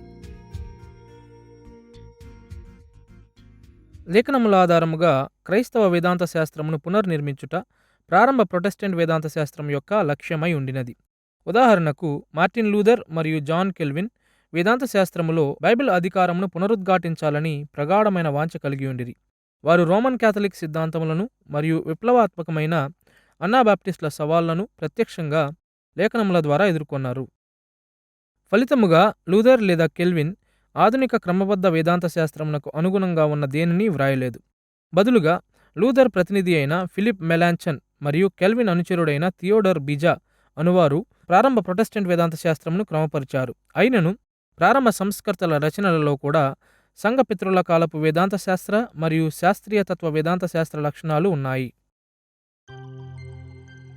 ఉదాహరణకు ఇన్స్టిట్యూట్స్ ఆఫ్ క్రిస్టియన్ రిలీజియన్ అను ప్రసిద్ధి చెందిన కెల్విన్ రచనను గమనించండి. మత విరోధమైన సిద్ధాంతముల నుండి ప్రొటెస్టెంట్లను రక్షించడానికి ఇన్స్టిట్యూట్స్ మొట్టమొదటిగా వ్రాయబడింది. అయితే ప్రొటెస్టెంట్ల అభిప్రాయములను కాపాడుకొనుటలో సంస్కరణకు కొన్ని శతాబ్దముల ముందు వేదాంత శాస్త్రము నిర్మించుటకు గాను అభివృద్ధి చెందిన విధములకు ప్రాముఖ్యమైన సమీప అనుబంధములను కెల్విన్ ప్రతిబింబించాడు. ఇప్పుడు కెల్విన్ కేవలం సంఘపితృల కాలపు లేదా శాస్త్రీయ తత్వ వేదాంత శాస్త్ర పద్ధతులను అనుసరించాడు అని చెప్పడం న్యాయం కాదు. ఏదేమైనా ఇన్స్టిట్యూట్స్లో అరిస్టాటిల్ సాంకేతిక పదాలలో ఉపయోగించిన తర్కం ఎడల ప్రాముఖ్యమైన శ్రద్ధను చూపించాడు. ఆయన వేదాంతమును ఎక్కువగా ప్రతిపాదనలలో వ్యక్తపరిచాడు, అంశాలను తర్కించడానికి స్పష్టమైన న్యాయ ప్రయోగమును నిర్మించాడు మరియు పైనుండి వచ్చిన వేదాంత శాస్త్రం యొక్క ప్రాధాన్యతలకు అనుగుణంగా తన వేదాంత శాస్త్రమును నిర్మించుకున్నాడు. కెల్విన్ రచనలోని ప్రతి విషయమును చర్చించుకొనుటకు సమయం సరిపోదు గనుక వేదాంత శాస్త్రములో కేంద్ర సాధకంగా ఉన్న హేతువాదమును మరియు పైనుండి వచ్చిన వేదాంత శాస్త్రం ప్రాధాన్యతలను ఆయన అనుసరించిన విధానమును చూద్దాము. ఒకవైపు తర్కశాస్త్రము లేదా తర్కమును అధ్యయనము చేయుటలో గల ప్రయోజనములను, అవి అవిశ్వాసులచే అభివృద్ధి చేయబడినప్పటికీ కూడా కెల్విన్ నొక్కి చెప్పిన విధానమును వినండి. ఇన్స్టిట్యూట్స్లోని 2వ పుస్తకం 2వ అధ్యాయంలో ఆయన ఈ మాటలను వ్రాశాడు. భౌతిక శాస్త్రము, తర్కశాస్త్రము, గణిత శాస్త్రము మరియు ఇతర సారూప్య విజ్ఞాన శాస్త్రాలలో భక్తిహీనుల ద్వారా దేవుడు మనకు సహాయము మరియు పరిచర్య చేయుటకు ఇష్టపడుతుంటే మనము దాని నుండి పొందుకుందాం, లేదంటే మనకు అందించబడిన దేవుని బహుమానములను నిర్లక్ష్యం చేస్తే మన సోమరితనమును బట్టి మనమే శిక్షించబడతాము. తర్కశాస్త్రము లేదా తర్కం యొక్క ఈ ఆమోదమునకు అనుగుణంగా కెల్విన్ రచనలు కేవలము లేఖనములు బోధించే విషయాల పట్ల శ్రద్ధ చూపించడం మాత్రమే కాదు గాని ఆ బైబిల్ అనుసారమైన బోధనలను అరిస్టాటిల్ తర్క ప్రమాణములకు అనుగుణమైన మార్గాలలో వివరించడానికి కూడా శ్రద్ధ చూపుతాయి. మరోవైపు మధ్యయుగ వేదాంత శాస్త్ర నిర్మాణములను దగ్గరగా ప్రతిబింబించు విధములలోనే కెల్విన్ రచించిన ఇన్స్టిట్యూట్స్ అనే పుస్తకము కూడా పైనుండి వచ్చిన వేదాంత శాస్త్రం యొక్క ప్రాధాన్యతలను పెద్ద ఎత్తున ప్రతిబింబిస్తున్నవి. ఇన్స్టిట్యూట్స్ 4 పుస్తకాలుగా విభజించబడింది. మొదటి పుస్తకము సృష్టికర్తగా దేవుని జ్ఞానమును గూర్చి చర్చిస్తుంది. ఈ పుస్తకములో దేవుని గూర్చి మరియు దేవుడు సర్వోన్నతుడైన సృష్టికర్తగా మరియు విశ్వమును నియంత్రించేవానిగా వివరించాడు. 2వ పుస్తకము విమోచకునిగా దేవుని జ్ఞానముపై దృష్టి పెడుతుంది. క్రీస్తు తన ప్రజల కొరకు రక్షణను నెరవేర్చినట్లుగా ప్రపంచములో దేవుని జోక్యమునకు సంబంధించిన మరిన్ని భూసంబంధమైన విషయాలను ఇది పరిగణిస్తుంది. 3వ పుస్తకము కృప పొందుకోవడం, దాని ప్రయోజనములు మరియు ప్రభావములను గురించి చర్చిస్తుంది. క్రీస్తులో నెరవేర్చబడిన రక్షణ వ్యక్తిగతముగా ప్రజలకు ఎలా వర్తిస్తుంది అనే విషయమును మరియు రక్షణను పొందుకున్న ప్రజల వ్యక్తిగత జీవితాలలో రక్షణ అనునది ఎటువంటి ఆశీర్వాదాలు మరియు ప్రభావాలను తెస్తుంది అనే విషయమును కెల్విన్ వివరించాడు. 4వ పుస్తకము మరింత తక్కువ స్థాయిలో ఉన్న ఆచరణాత్మకమైన విషయాలపై దృష్టి పెడుతుంది. సంఘము, దాని సంస్కారము మరియు పౌర ప్రభుత్వం ఎడల దాని సంబంధము. కాబట్టి కెల్విన్ అధిక ఖగోళ భావనల నుండి తక్కువ మరియు మరింత లౌకిక విషయాల వైపు తరలినట్లుగా మనము చూడగలము. దేవుడు సృష్టిపై గొప్ప సార్వభౌమ అధికారము గలవాడు అనే విషయమును మొదటగా చర్చించాడు. క్రీస్తులో దేవుడు చరిత్రలో జోక్యం చేసుకున్నాడు అనున్నది 2వ విషయంగా చర్చించాడు. వ్యక్తిగత ప్రజల రక్షణ అనేది తదుపరి చర్చించాడు. చివరిగా ఆచరణాత్మక అనుదిన క్రైస్తవ ఆందోళనల విషయాలను చర్చించాడు. కాబట్టి పైనుండి వచ్చిన వేదాంత శాస్త్రము మరియు తర్కము ఎడల అతని ఆమోదము ప్రకారము సంస్కరణకు మునిపే సంఘ చరిత్రలో అభివృద్ధి చెందిన వేదాంత పద్ధతులను మరియు ప్రాధాన్యతలను కెల్విన్ అనుసరించాడు. వేదాంత శాస్త్రం యొక్క ఆరంభ అభివృద్ధులపై ఆదిమ ప్రొటెస్టెంట్ వేదాంతము ఆధారపడు విషయమును మనము గుర్తించుటతో పాటుగా ప్రొటెస్టెంట్ల వడంబడికల వారసత్వము విషయంలో కూడా అదే నిజమని మనము చెప్పాలి. ప్రపంచంలోని వేర్వేరు ప్రాంతములకు చెందిన ప్రొటెస్టెంట్లు తమ విశ్వాసమును సంగ్రహించు పలు సాంప్రదాయిక కేటకిజములను మరియు ఒప్పుకోలులను ఉత్పత్తి చేశారు. ఉదాహరణ కొరకు సుమారు 1647లో వ్రాయబడిన వెస్ట్మినిస్టర్ కన్ఫెషన్ ఆఫ్ ఫెయిత్ యొక్క వేదాంత శాస్త్రమును గమనించండి. ఆరంభ ప్రొటెస్టెంట్ల వలె లేఖన బోధనకు ప్రాముఖ్యతనిచ్చినంత మాత్రాన వెస్ట్మినిస్టర్ వేదాంత శాస్త్రమును కేవలం శాస్త్రీయ తత్వముగా పిలవడం న్యాయం కాదు. ఇప్పటికీ ఒప్పుకోలు అనున్నది మధ్యయుగ వేదాంత శాస్త్ర దృక్పథం వలన ప్రభావితం చేయబడినదనిన విషయం వాస్తవం. అరిస్టాటిల్ తర్కము సాంకేతిక పదాలపై ఆధారితమైన విధానమును, ప్రతిపాదనలు వ్యక్తీకరణము యొక్క కేంద్రముగా ఉన్న విధానమును, వేదాంత శాస్త్రమును అందించుటలో గల స్పష్టమైన న్యాయ ప్రయోగం యొక్క విధానమును మరియు పైనుండి వచ్చిన వేదాంత శాస్త్ర ప్రాధాన్యతల పరముగా వేదాంత శాస్త్ర అంశములను అది ఏర్పరిచే విధానములన్నిటినీ ఒప్పుకోలు హత్తుకుంటుంది. వెస్ట్మినిస్టర్ కన్ఫెషన్ ఆఫ్ ఫెయిత్లో తర్కం యొక్క అత్యంత ప్రాముఖ్యమైన పనిని మనము చూడగలము. ఇది ప్రత్యేకముగా 1వ అధ్యాయము 6వ పేరాలో స్పష్టమవుతుంది. అది ఎలా ఉన్నదో చూడండి. ఆయన మహిమ, మానవుని రక్షణ, విశ్వాసము మరియు జీవితమునకు అవసరమైన విషయములన్నిటిలో దేవుని సలహా అనేది లేఖనములలో వ్యక్తీకరించబడి ఉండవచ్చు, లేదా మంచి లేదా అవసరమైన పర్యవసానము లేఖనము నుండి ఊహించబడవచ్చు. దేవుని మహిమ మరియు మన రక్షణ, విశ్వాసము మరియు జీవితమునకు అవసరమైన ప్రతిదీ 2 మార్గాలలో కనిపిస్తుందన్న విషయమును ఇక్కడ గమనించండి. ఒకవైపు ఈ సత్యములు స్పష్టముగా లేఖనములో చెప్పబడినవి, అనగా బైబిల్ కొన్ని ప్రాముఖ్యమైన సత్యములను స్పష్టముగా బోధిస్తుంది. అయితే మరోవైపు ఇతర క్రైస్తవ సిద్ధాంతములు బహుశా మంచి మరియు అవసరమైన పర్యవసానములను లేఖనము నుండి ఊహించవచ్చు. ఈ కథనము ప్రొటెస్టెంట్ వేదాంత శాస్త్రములో హేతువాదమునకు లేదా తర్కమునకు ప్రాముఖ్యమైన పాత్రను ఇస్తుంది. ఈ ప్రొటెస్టెంట్ వేద పండితులు తమ పనిని చేసినప్పుడు లేఖనములోని అన్వయింపును గ్రహించడానికి హేతువాదమును లేదా తర్కమును వారు ఉపయోగించేవారు. ఈ విధముగా వెస్ట్మినిస్టర్ కన్ఫెషన్ ఆఫ్ ఫెయిత్ పూర్వకాలపు పద్ధతుల యొక్క ఖచ్చితమైన ధోరణిని వెల్లడిస్తుంది.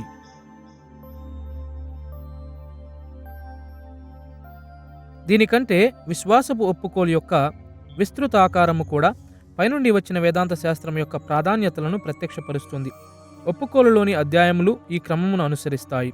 లేఖనము యొక్క అను శీర్షిక కలిగిన ఆరంభ అధ్యాయము తర్వాత 2 మరియు 3 అధ్యాయములు ఉన్నత ఆత్మీయ వాస్తవికతను అనగా దేవునిపై దృష్టి పెడతాయి. తరువాత 4 మరియు 5 అధ్యాయములు సృష్టిని గూర్చి చర్చిస్తాయి. అటు తరువాత ప్రాపంచిక లేదా భూసంబంధమైన అంశాలపై దృష్టి పెడతాయి. అధ్యాయములు 6 నుండి 17 వరకు మానవాళి పాపములో పడిపోయిన విధానమును మరియు విమోచన విధానమును గురించి చర్చిస్తాయి. తదుపరి అధ్యాయములు 18 నుండి 31 వరకు సంఘం యొక్క క్రైస్తవ జీవితమునకు సంబంధించిన ఆచరణాత్మక విషయాలను చర్చిస్తాయి. చివరిగా 32 మరియు 33 అధ్యాయాలు ప్రపంచ చరిత్ర ముగింపును గూర్చి మాట్లాడతాయి. ఈ ఆకారంలో ప్రస్తుతించబడిన వేదాంత శాస్త్ర ప్రాధాన్యతలు అనేకమైన సాంప్రదాయ ప్రొటెస్టెంట్ ఒప్పుకోలులను మరియు క్రైస్తవ హితోపదేశములను కలిగి ఉన్నాయి. ప్రారంభ ప్రొటెస్టెంట్ వేదాంత శాస్త్రం యొక్క ఈ సాధారణ ధోరణులు మరియు సాంప్రదాయ ప్రొటెస్టెంట్ ఒప్పుకోలులను మనసులో ఉంచుకొని ఆధునిక క్రమబద్ధ వేదాంత శాస్త్రము అదే విధమైన ధోరణులను కొనసాగిస్తుందని మనం గ్రహించవచ్చు. ఉదాహరణ కొరకు 1797 నుండి 1878 వరకు నివసించిన ప్రిన్స్టన్ సెమినారీలోని చార్లెస్ హాడ్జ్ యొక్క క్రమబద్ధ వేదాంత శాస్త్రమును గమనించుదాము. ఆయన క్రమబద్ధ వేదాంత శాస్త్రం అంతటిలో సాంప్రదాయ సాంకేతిక పదాలను ఉపయోగించినప్పుడు, ప్రతిపాదనలపై ఆధారితమైనప్పుడు, స్పష్టమైన న్యాయ ప్రయోగమును జాగ్రత్తగా ఉపయోగించి తన ఆలోచనను నిర్మించుకున్నప్పుడు హేతువాదము మరియు తర్కమునకు హాడ్జ్ కేంద్ర స్థానమును ఇచ్చి మరియు పైనుండి వచ్చిన వేదాంత శాస్త్రం యొక్క ప్రాధాన్యతలను అనుసరించాడు. మరోవైపు వేదాంత శాస్త్రములో మధ్యయుగ శాస్త్రీయ తత్వము మరియు ప్రారంభ ప్రొటెస్టెంట్ల యొక్క నియమాలను అధిగమించే ఒక పాత్రను తర్కమునకు హాడ్జ్ ఆమోదించాడు. ఆధునిక శాస్త్రజ్ఞులకు అనుగుణమైన మార్గాలలో వేద పండితులు తమ క్రమశిక్షణను ఎలా పాటించాలో చెప్పిన ఆయన విధానాలను చూద్దాం. ఆయన క్రమబద్ధ వేదాంత శాస్త్రములోని మొదటి పుస్తకము 5వ భాగంలో ఈ మాటలను రాశాడు. విజ్ఞాన శాస్త్రజ్ఞుడు ప్రకృతిని అధ్యయనం చేయడానికి కొన్ని పూర్వ ఆలోచనలు కలిగి వస్తాడు. అతడు జ్ఞాన అవగాహన యొక్క విశ్వసనీయతను ఊహిస్తాడు. అతడు మానసిక కార్యకలాపాల యొక్క విశ్వసనీయతను కూడా ఊహించాలి. అనుభవం ద్వారా నేర్చుకొనబడని ఆ సత్యముల నిశ్చయత పైన కూడా ఆధారపడాలి. ప్రతి పరిణామమునకు ఒక కారణం ఉంటుంది. ఒకే రకమైన పరిస్థితుల్లో అదే కారణం అదే రకమైన పరిణామములను ఇస్తుంది. అతని కాలములో విజ్ఞాన శాస్త్రములు ఎలా అర్థము చేసుకొనబడినవో వివరించిన తరువాత క్రమబద్ధ వేదాంత పండితులను గూర్చి హాడ్జ్ ఒక మాటను చెప్పాడు. విజ్ఞాన శాస్త్రజ్ఞునికి ప్రకృతి ఎలాగో వేదాంత పండితునికి బైబిల్ అలాగే. అది అతనికి సత్యముల గిడ్డంగి మరియు బైబిల్ బోధించే విషయాలను తెలుసుకొనుటలో ఆయన పద్ధతి, ప్రకృతి బోధించే విషయాలను తెలుసుకొనుటకు ప్రకృతి తత్వవేత్త ఉపయోగించే పద్ధతి ఒకటే. కాబట్టి ఆయన కాలంలోని విజ్ఞాన శాస్త్రం ప్రకారము హాడ్జ్ హేతువాదము మరియు తర్కం ఎడల తన అవగాహనను మార్చుకునినప్పటికీ ఒక క్రమబద్ధ వేదాంత పండితునిగా వేదాంత శాస్త్రమును నిర్మించుటకు సాంప్రదాయకమైన హేతువాదము మరియు తర్కమును ప్రాముఖ్యమైన పరికరాలుగా ఆయన చూచిన విధానమును మనము చూడొచ్చు. మరోవైపు హాడ్జ్ యొక్క క్రమబద్ధ వేదాంత శాస్త్రము పైనుండి వచ్చిన వేదాంత శాస్త్రం యొక్క ప్రాధాన్యతలను కూడా అనుసరిస్తుంది. ఆయన క్రమబద్ధ వేదాంత శాస్త్రమును చూచినప్పుడు క్రైస్తవ వేదాంతమునకు ఆయన ఇచ్చిన సారాంశం వెల్లడి అవుతుంది. అతని క్రమబద్ధ వేదాంత శాస్త్రము ఉపోద్ఘాతముతో ఆరంభమై దేవుని గురించిన శాస్త్రము అని పేరు పెట్టబడిన 1వ భాగంలో కొనసాగుతుంది. అక్కడ ఆయన దేవుని సిద్ధాంతమును గురించి చర్చించాడు. మానవ శాస్త్రముగా పేర్కొనబడిన 2వ భాగము ప్రాధాన్యతల కొలబద్దలో క్రిందికి మానవత్వం వైపు కొనసాగుతుంది. తరువాత 3వ భాగము రక్షణ శాస్త్రము. ఇది క్రీస్తులో దేవుని కార్యం యొక్క అత్యధిక భావనతో ఆరంభమై ప్రజల వ్యక్తిగత జీవితములలో రక్షణను గుర్చిన అనువర్తనను చర్చిస్తుంది మరియు తరువాత కృప యొక్క ఆచరణాత్మక మార్గములను చర్చిస్తుంది. సాంప్రదాయకమైన క్రమమును అనుసరించి 4వ భాగమైన రాకడ శాస్త్రముతో అనగా చివరి దినములతో అతని వేదాంత శాస్త్రమును ముగించాడు.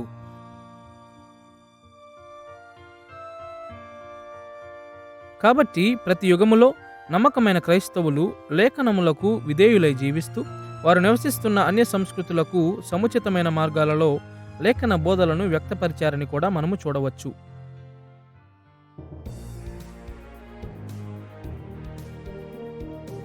క్రైస్తవ వేదాంత శాస్త్రమును వ్యక్తపరిచే ఒక ప్రధాన మార్గమును క్రమబద్ధ వేదాంత శాస్త్రము ఎలా అభివృద్ధి చేసినదో మనం ఇప్పటి వరకు చూశాము గనుక ఇప్పుడు 3వ ప్రధాన అంశమైన క్రమబద్ధ వేదాంత శాస్త్రం యొక్క విలువలు మరియు ప్రమాదములను మనము చర్చించుదాము. రానున్న పాఠములలో ఈ విషయాలను మరింత వివరంగా చర్చిస్తాము. కాబట్టి ఇప్పుడు కొన్ని విశాలమైన అంశాలను మాత్రమే చూద్దాము. క్రమబద్ధ వేదాంత శాస్త్రం యొక్క కొన్ని అనుకూల మరియు ప్రతికూల లక్షణములను చూడాలంటే ఇతర పాఠములలో వేదాంత శాస్త్ర నిర్మాణమును గూర్చి ఎలా వివరించామో జ్ఞాపకం చేసుకోవాలి. క్రైస్తవ వేదాంత శాస్త్రమును నిర్మించుటకు గాను దేవుడు మనకు దయచేసిన 3 ప్రధాన వనరులను గూర్చి మాట్లాడిన విషయమును మనము జ్ఞాపకం చేసుకోవాలి. లేఖన వివరణ, సమాజములో పాలుపంపులు మరియు క్రైస్తవ జీవన విధానము. లేఖన వివరణ అనేది ప్రత్యేక ప్రత్యక్షతపై దృష్టి పెట్టినప్పుడు మనం ఉపయోగిస్తాము మరియు అన్ని విషయాలలో దేవుని సాధారణ ప్రత్యక్షతపై దృష్టి పెట్టినప్పుడు ఇతర 2 వనరులను ఉపయోగిస్తాము. సమాజంలో పాలుపంపులు అనున్నది సాధారణ ప్రత్యక్షత యొక్క ప్రాముఖ్యమైన కోణమును అందుబాటులో ఉంచుతుంది. ఇతర ప్రజల యొక్క సాక్ష్యము, ప్రత్యేకముగా ఇతర క్రైస్తవుల సాక్ష్యము. క్రైస్తవ జీవనము మన దృష్టిని సాధారణ ప్రత్యక్షత యొక్క ఇతర ముఖ్యమైన కోణముల వైపు ఆకర్షిస్తుంది. క్రీస్తు కొరకు మనము జీవించున్నప్పుడు కలుగు అనుభవాల ద్వారా నేర్చుకునే విషయాలు, పాపముతో పోరాడి ఆత్మలో నడుచుట. దేవుని ప్రజలు ఆయన దర్శనమును తెలుసుకుని మరియు క్రైస్తవ వేదాంత శాస్త్రమును నిర్మించుటకు గాను పరిశుద్ధాత్ముడు సహాయపడే సాధారణ మార్గాలుగా ఈ 3 వేదాంత శాస్త్ర వనరులు ఉన్నాయి. మనకున్న ప్రత్యేక నమ్మకాల ఎడల సరైన విశ్వాస స్థాయిలను అంచనా వేయుటకు సరిపడే విధముగా ఈ ప్రధాన వేదాంత శాస్త్ర వనరులు ఉన్నట్లు మనము జ్ఞాపకం చేసుకుంటాము. లేఖన వివరణ యొక్క సాక్షులుగా సమాజంలో పాలుపంపులు మరియు క్రైస్తవ జీవనమనున్నవి ఒక విషయముతో పొంతనగాను మరియు అనుకూలముగాను ఉన్నప్పుడు ఆ అంశమును గూర్చిన మన నిర్ధారణ మరియు నిశ్చయత యొక్క స్థాయి సాధారణంగా పెరుగుతుంది. అయితే ఈ సాక్ష్యములు ప్రతికూలంగాను తక్కువ విలువగాను ఉన్నప్పుడు ఇవ్వబడిన అంశమును గూర్చిన మన ఒప్పుకోలు మరియు నిశ్చయత స్థాయి సాధారణంగా తగ్గిపోతాయి. లేఖన వివరణ, సమాజంలో పాలుపంపులు మరియు క్రైస్తవ జీవనమను వనరులు క్రైస్తవ వేదాంత శాస్త్రమును నిర్మించుటలో ప్రాముఖ్యమైన పాత్రలను వహిస్తాయి గనుక క్రమబద్ధీకులు ఈ వనరులలో ప్రతి దానిని ఏ విధముగా ఉపయోగిస్తున్నారు అని ప్రశ్నించడం ద్వారా క్రమబద్ధ వేదాంత శాస్త్రం యొక్క విలువలు మరియు ప్రమాదాలపై కొన్ని ముఖ్యమైన అంచనాలను వేయవచ్చు. దేవుడిచ్చిన 3 వనరులను ఉపయోగించుటలో గల మన సామర్థ్యమును క్రమబద్ధ వేదాంత శాస్త్రము ఎలా అవరోధిస్తుంది మరియు మెరుగుపరుస్తుంది? మొదటిగా క్రైస్తవ జీవన విధానమునకు సంబంధించిన క్రమబద్ధతను గూర్చి మాట్లాడదాము. రెండవదిగా సమాజములో పాలుపంపులకు సంబంధించిన క్రమబద్ధతను గూర్చి మాట్లాడదాము. మరియు మూడవదిగా లేఖన వివరణకు సంబంధించిన క్రమబద్ధతను గూర్చి మాట్లాడుదాము. క్రైస్తవ జీవనముపై క్రమబద్ధత ఎటువంటి అనుకూల మరియు ప్రతికూల ప్రభావములను కలిగి ఉన్నదో మొదట చూద్దాము.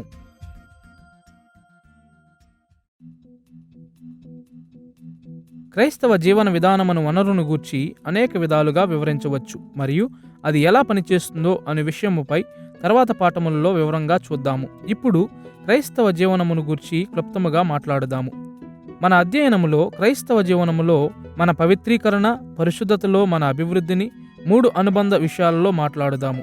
మనము భావనాత్మక స్థాయిలో, ప్రవర్తనా స్థాయిలో మరియు భావోద్వేగ స్థాయిలో పరిశుద్ధపరచబడాలి. మరో మాటలో మన ఆలోచనలు దేవుని చిత్తప్రకారముగా ఉండాలి, మన పనులు దేవుని చిత్తప్రకారముగా ఉండాలి, మన భావోద్వేగాలు కూడా దేవుని చిత్తప్రకారంగా ఉండాలి. క్రైస్తవ జీవనము యొక్క ఈ 3 కోణాలను ఆర్థోడాక్సీ, ఆర్థోప్రాక్సిస్ మరియు ఆర్థోపాథోస్గా మాట్లాడదాము. క్రైస్తవ జీవనము యొక్క ఈ 3 కోణముల నుండి ప్రయోజనములను పొందుటలో క్రమబద్ధ వేదాంత శాస్త్రము మన సామర్థ్యమును పెంచే మరియు ఆటంకపరిచే క్లిష్టమైన విధానాలు ఇవి. మొదటిగా సానుకూల వైపును చూద్దాము. వేదాంత శాస్త్రమునకు ఒక వనరుగా క్రమబద్ధత క్రైస్తవ జీవన విధానమును ఎలా మెరుగుపరుస్తుంది? సానుకూల దృక్పథంలో క్రమబద్ధ వేదాంత శాస్త్రము ప్రత్యేకముగా సాంప్రదాయ పద్ధతి విషయంలో బలమైనదిగా ఉంటుంది. క్రమముగా ఆలోచన చేయు విధానమును అది మనకు కలిగిస్తుంది. అనుదిన జీవితంలో మనం ఎదుర్కొనే సమస్యలను సరైన రీతిలో పరిగణించుటకు ఒక సంభావిత ప్రణాళిక. దినదినము క్రీస్తు కొరకు జీవించాలని ప్రయత్నిస్తుండగా తార్కిక సామరస్యమైన కోణం, దేవుని స్థిరమైన దృఢమైన దృక్పథం, మనము మరియు మన చుట్టూనున్న ప్రపంచ దృక్పథం నుండి పొందుకొనవలసిన పరిస్థితులను మనం ఎదుర్కొంటాము. అటువంటి వీక్షణలను కనుగొనే అతి ముఖ్యమైన విషయాలలో క్రమబద్ధ వేదాంత శాస్త్రం ఒకటి. మనము కేవలము సంబంధము లేని నమ్మకములను కలిగి ఉన్నప్పుడు మన జీవితమును గూర్చిన ప్రశ్నలకు సమాధానమిచ్చుటకు లేదా దేవునిని గౌరవించు నిర్ణయాలను తీసుకున్నటకు మన పరిస్థితులను మనం అంచనా వేయలేము. ఒకప్పుడు నా స్నేహితుని ఆసుపత్రిలో దర్శించిన విషయం జ్ఞాపకమునకు వస్తుంది. అతడు చాలా అనారోగ్యంగా ఉన్నాడు మరియు ఎక్కువ ప్రార్థన అవసరతలో ఉన్నాడు. కానీ దేవుని సహాయం కొరకు ప్రార్థన చేస్తున్నావా అని నేను అతనిని అడిగినప్పుడు అతడు చెయ్యను అని చెప్పాడు. అతడి సమాధానం నాకు ఆశ్చర్యం కలిగించింది కాబట్టి కారణం ఏమిటో వివరించమని నేను అతనిని అడిగాను. నేను దేవుని సార్వభౌమత్వమును నమ్ముతాను కాబట్టి ప్రార్థన ఎటువంటి మార్పును కలిగించదని నాకు తెలుసు అని అతడు జవాబిచ్చాడు. నా స్నేహితునికి ఏమైంది? సరే, చాలా విషయాలలో అతడు కొంత క్రైస్తవ వేదాంత శాస్త్రమును గ్రహించి క్రైస్తవ బోధన అంతా అదే అని పరిగణించాడు. దేవుడు చరిత్రపై నియంత్రణను కలిగి ఉన్నాడని అతడు సరిగా అర్థము చేసుకున్నాడు. దేవుడు పరిపూర్ణంగా సార్వభౌముడు. ప్రార్థన యొక్క ఉపయోగము, దేవుడు తన సర్వోన్నతమైన ఉద్దేశాలను నెరవేర్చుటకు ప్రార్థనను ఉపయోగించుకునే విధానముల వంటి క్రైస్తవ విశ్వాసములోని ఇతర సత్యాలకు ఆ సత్యమును ఎలా అనుసంధానం చేయాలో నా స్నేహితునికి తెలియలేదు. దేవుని సార్వభౌమత్వము ప్రార్థన అవసరతను తగ్గించదు, కానీ వాస్తవానికి అది ప్రార్థనకు తార్కిక ఆధారముగా ఉన్నది. దేవుడు సర్వోన్నతుడు గనుక మనము ప్రార్థిస్తాము. ఆయన నియంత్రణలో ఉన్నాడు గనుక సహాయము కొరకు మనము ఆయన వైపు తిరుగుతాము. దేవుడు నియంత్రణలో లేకపోతే సహాయము కొరకు మనము వేరే వారి వైపు తిరగాలి. నా స్నేహితుడు ఈ విషయాలు అర్థం చేసుకుని ఉంటే క్రమబద్ధ వేదాంత శాస్త్రంలో మరింత శిక్షణ పొందితే ప్రార్థన మరియు దేవుని సార్వభౌమత్వమునకు మధ్య సంబంధమును అతడు అర్థము చేసుకుని ఉంటే కష్టకాల అనుభవాలలో తన జీవితమును గడుపుటకు మరింత సిద్ధపడి ఉండేవాడు. అదే సమయంలో ఛాందసత్వము అనునది క్రమబద్ధ వేదాంత శాస్త్రమునకు ఎంతటి అనుకూలముగా ఉన్నప్పటికీ దాని నుండి ఎక్కువగా ఆశిస్తే అది మన క్రైస్తవ జీవనమునకు అవరోధముగా ఉండగలదు. క్రమబద్ధ వేదాంత శాస్త్రము మన దృష్టిని క్రైస్తవ విశ్వాసంపై జాగ్రత్తగా హేతుబద్ధమైన ఆలోచనను చేయునట్లు చేస్తుంది మరియు ఇది చాలా ప్రాముఖ్యమైనదిగా ఉంది. మన నమ్మకములను తార్కిక వ్యవస్థలో అమర్చుటలో మునిగిపోయి క్రైస్తవ జీవితం యొక్క ఇతర కోణములను, ముఖ్యముగా ఆర్థోప్రాక్సిస్ను అనగా మన ప్రవర్తనలను దేవుని చిత్తమునకు అనుగుణంగా చేయుట, మరియు ఆర్థోపాథోస్ అనగా మన భావోద్వేగములను దేవుని చిత్తమునకు అనుగుణంగా ఉంచుకోవాలన్న విషయములను నిర్లక్ష్యం చేస్తాము. ఉదాహరణకు, క్రమబద్ధతలలో ఎక్కువగా మునిగిపోయిన వారు క్రైస్తవ విశ్వాసపు అభ్యాసములో మరియు ఆచరణలో తమ దృష్టిని తగ్గించుకుంటారు. ఆరాధన, కృపలో పాలుపొందుట, ఇతరులకు సేవ చేయుట మరియు పరిశుద్ధాత్మని యొక్క స్పష్టమైన మరియు భావోద్వేగ నడిపింపు వంటి విషయాలను వారు పట్టించుకోరు. క్రైస్తవ జీవన విధానమును సంక్లిష్ట విషయాలకు, సాంప్రదాయ విషయాల వరకు పరిమితం చేసి క్రైస్తవ జీవనము యొక్క ఎక్కువ ఆచరణాత్మక మరియు వ్యక్తిగత విషయాలను తొలగిస్తారు. హేతుబద్ధమైన క్రమబద్ధ వేదాంత శాస్త్రము ప్రాముఖ్యమైనదే, కానీ మన విశ్వాసము కేవలము సిద్ధాంతముల వ్యవస్థ కాదు. అది ఆచరించవలసిన ఆచరణాత్మక విశ్వాసము మరియు కాపాడుకోవలసిన వ్యక్తిగత సంబంధమై ఉన్నది. వేదాంత విద్యార్థుల జీవితములలో ఈ సమస్యను నేను ఎన్నిసార్లు చర్చించానో చెప్పలేను. అనేక సంఘములకు సేవకునిగా ఉండుటకు పిలుపులను అందుకున్న ఒక విద్యార్థి నాకు గుర్తున్నాడు. అతనికి నిర్ణయం తీసుకోవడం తెలియదు కాబట్టి చాలా నలిగిపోయాడు. నేను క్రమబద్ధ వేదాంత శాస్త్రమును ఎక్కువగా చదివాను, కానీ నా జీవితమంతటిలో నేను ఎదుర్కొనే అత్యంత ముఖ్యమైన ఎంపికలలో ఒకదానిని నిర్ణయించుకోవడానికి ఆచరణాత్మక విషయంలో అది నాకు సహాయపడలేదు అని అతడు నాకు చెప్పాడు. పరిశుద్ధాత్ముడు నిన్ను నడిపిస్తున్నాడని నీవు ఎలా భావిస్తున్నావు? ఈ నిర్ణయమును గూర్చి ఉపవాస ప్రార్థనలో ఎక్కువ సమయం గడిపితివా అని నేను అతనిని అడిగాను. నేనెందుకలా చేయాలి? తార్కికంగాను మరియు క్రమబద్ధముగాను ఈ విషయమును నేను పరిష్కరించాలనుకున్నాను అని బదిలిచ్చాడు. చాలాసార్లు ఉత్సాహభరితముగా క్రమబద్ధ వేదాంత శాస్త్రం యొక్క లక్ష్యాలను హత్తుకునే క్రైస్తవులు విశ్వాస ఆచరణను మరియు పరిశుద్ధాత్ముని యొక్క వ్యక్తిగత పరిచర్యను నిర్లక్ష్యం చేయడం మొదలు పెడతారు, మరియు ఇది ఫలభరితమైన క్రైస్తవ జీవితమునకు తీవ్ర అవరోధం కలిగిస్తుంది. క్రైస్తవ జీవనమును గడిపే మన సామర్థ్యమును హెచ్చించుట మరియు తగ్గించుటతో పాటు సమాజంలో పాలుపంపుల మీద కూడా క్రమబద్ధత అనేక అనుకూల మరియు ప్రతికూల ప్రభావములను చూపిస్తుంది. తరువాత పాఠములలో సమాజంలో పాలుపంపులను గూర్చి మరింత జాగ్రత్తగా చూద్దాము, కానీ ఇప్పుడు ఈ వేదాంత వనరుల యొక్క ప్రధాన విషయాలను చూద్దాము. సమాజ పాలుపంపులలో 3 విషయాలు ఉన్నాయని ఆలోచించుట సహాయకరంగా ఉంటుంది.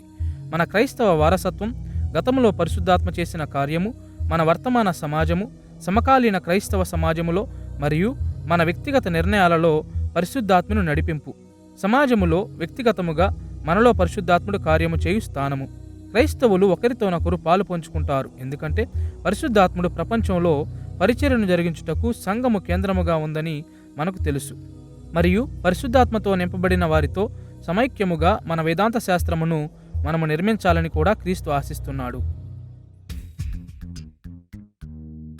వారసత్వం, ప్రస్తుత సమాజము మరియు వ్యక్తిగత తీర్పు అను పాలు పంపులకు సంబంధించిన 3 విధములైన విషయాలను మనసులో ఉంచుకున్నట ద్వారా క్రమబద్ధత వేదాంత శాస్త్రము సమాజ పాలు పంపులను ఎలా మెరుగుపరుస్తుందో మరియు ఎలా అవరోధం కలిగిస్తుందో చూచుటలో మనకు సహాయపడతాయి.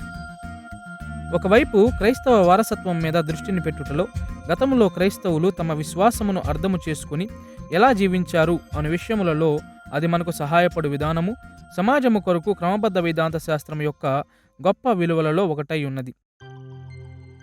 గతములో వేదాంత శాస్త్రమును నిర్మించిన గొప్ప స్త్రీ పురుషులపై దృష్టిని పెట్టి క్రీస్తు సంఘమునకు పరిశుద్ధాత్ముడు బోధించిన విషయాల ఆధారంగా క్రమబద్ధీకులు వేదాంత శాస్త్రమును నిర్మించారు, మరియు ఈ కారణము చేత గతములోని క్రైస్తవ సమాజముతో సంభాషించు మన సామర్థ్యమును ఇది బాగా పెంచగలదు. మన కాలములో చాలామంది క్రైస్తవులు వేదాంత శాస్త్రమును చాలా వ్యక్తిగతముగా చూస్తారు. ఇతర క్రైస్తవులు విశ్వసించు దానిపై తక్కువ దృష్టి పెట్టి తమకు సత్యమని అనిపించిన దానిపై ఎక్కువ దృష్టి చూపించి వేదాంత శాస్త్రమును నిర్మించడమే అత్యధిక వేదాంత లక్ష్యముగా చాలామంది క్రైస్తవులు భావిస్తున్నట్లు కనిపిస్తుంది. మంచిది, వేదాంత శాస్త్రమును మనము సంప్రదించే విషయంలో నిజాయితీగా వ్యక్తిగతముగా ఉండాలని క్రీస్తు మనల్ని పిలిచాడు, అనగా అది నిజాయితీగా ఉండాలి మరియు మనము హృదయపూర్వకముగా పాలు పొందాలని ఆయన ఆశిస్తున్నాడు. అయితే వేదాంత శాస్త్రమును వ్యక్తిగత ఆలోచనతో మాత్రమే సంప్రదిస్తే వేదాంత శాస్త్రమునకు దేవుడిచ్చిన సంపన్న వనరులలో కొన్నింటిని మనము కోల్పోతాము. అది యుగాలుగా పరిశుద్ధాత్మ చేస్తున్న పని. కాగా నేటి కాలంలో అప్పుడప్పుడు విశ్వాసులు ఇతరులతో సంభాషిస్తున్నప్పుడు అది సాధారణముగా ప్రస్తుత సమాజపు స్థాయిలోనే ఉంటుంది. మన సమకాలీనులు ఇచ్చు ప్రసంగములను మరియు ఉపన్యాసములను వింటాము మరియు పుస్తకాలు చదువుతాము. అయితే క్రమబద్ధ వేదాంత శాస్త్రము గతములో పరిశుద్ధాత్ముడు సంఘమును నడిపించిన అద్భుతమైన విధానముల వైపు మన దృష్టిని త్రిప్పుతుంది. ఈ విధముగా సమాజములో పాలుపంపుల విషయంలో క్రమబద్ధత మనలను అభివృద్ధి చేస్తుందనడం వాస్తవం.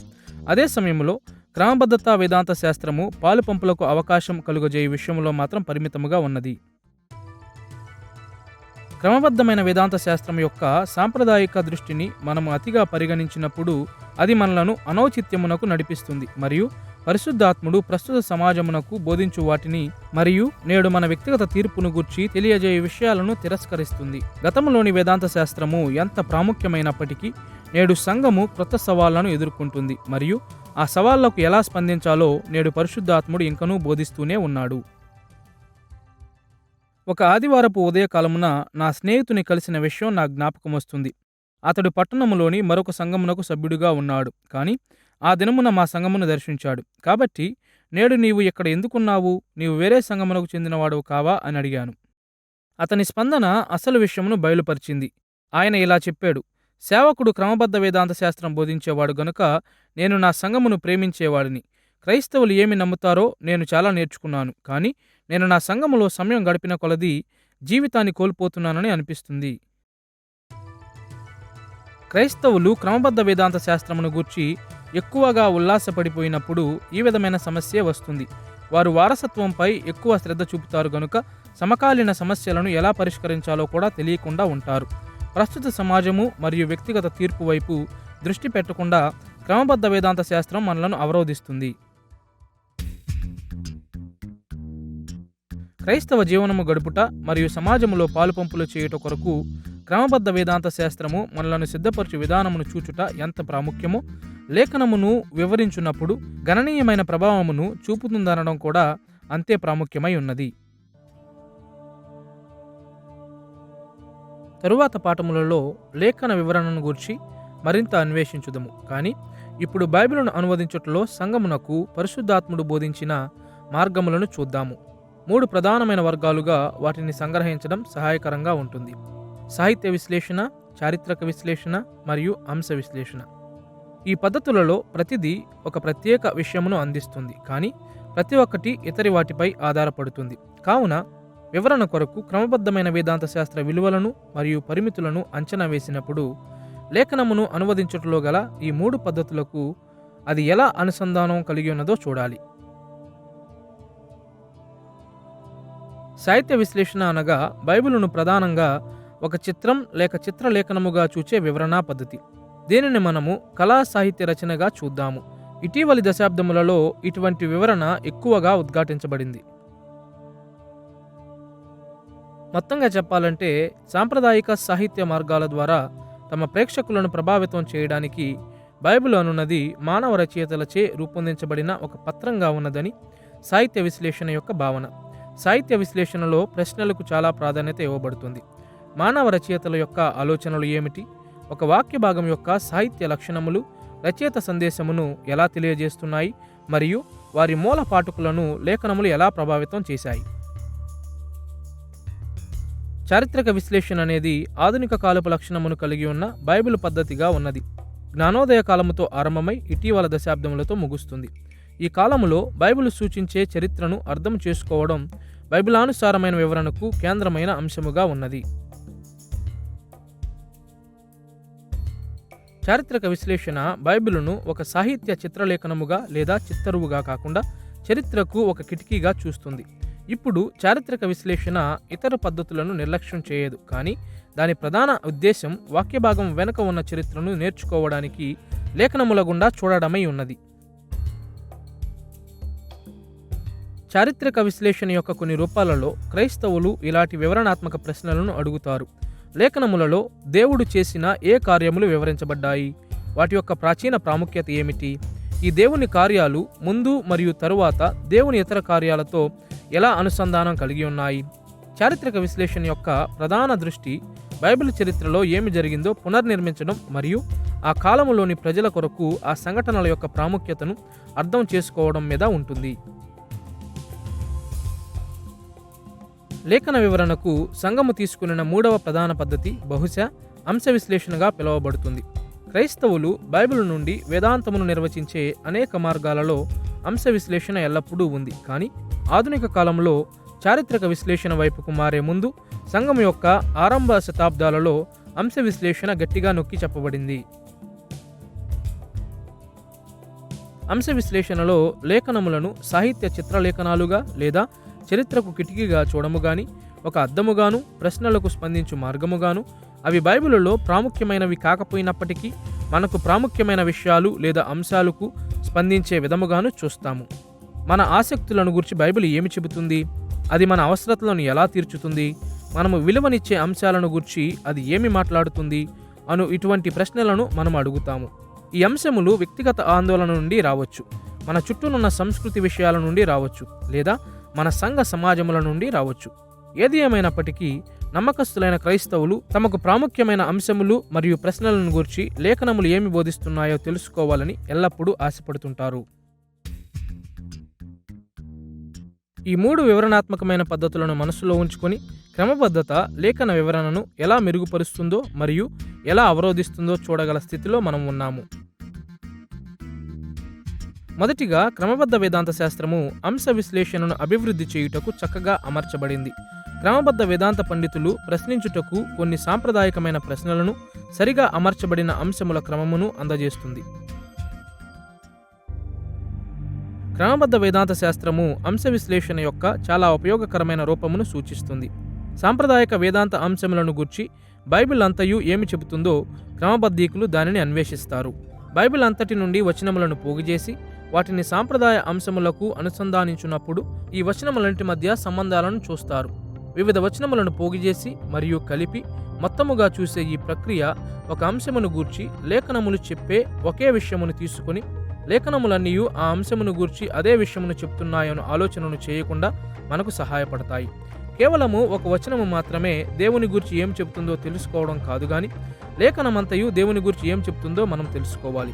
మానవత్వమును గూర్చి అవన్నీ ఏమి చెప్తున్నాయి, రక్షణను గూర్చి అవన్నీ ఏమి చెప్తున్నాయి. క్రమబద్ధ వేదాంత శాస్త్రము గొప్ప విలువైనది ఎలయనగా ఈ విషయములపై మరియు ఇతర అనేక కీలక అంశములపై బైబిల్ యొక్క ఉద్దేశములను వెదకుటలో మనకు సహాయపడుతుంది.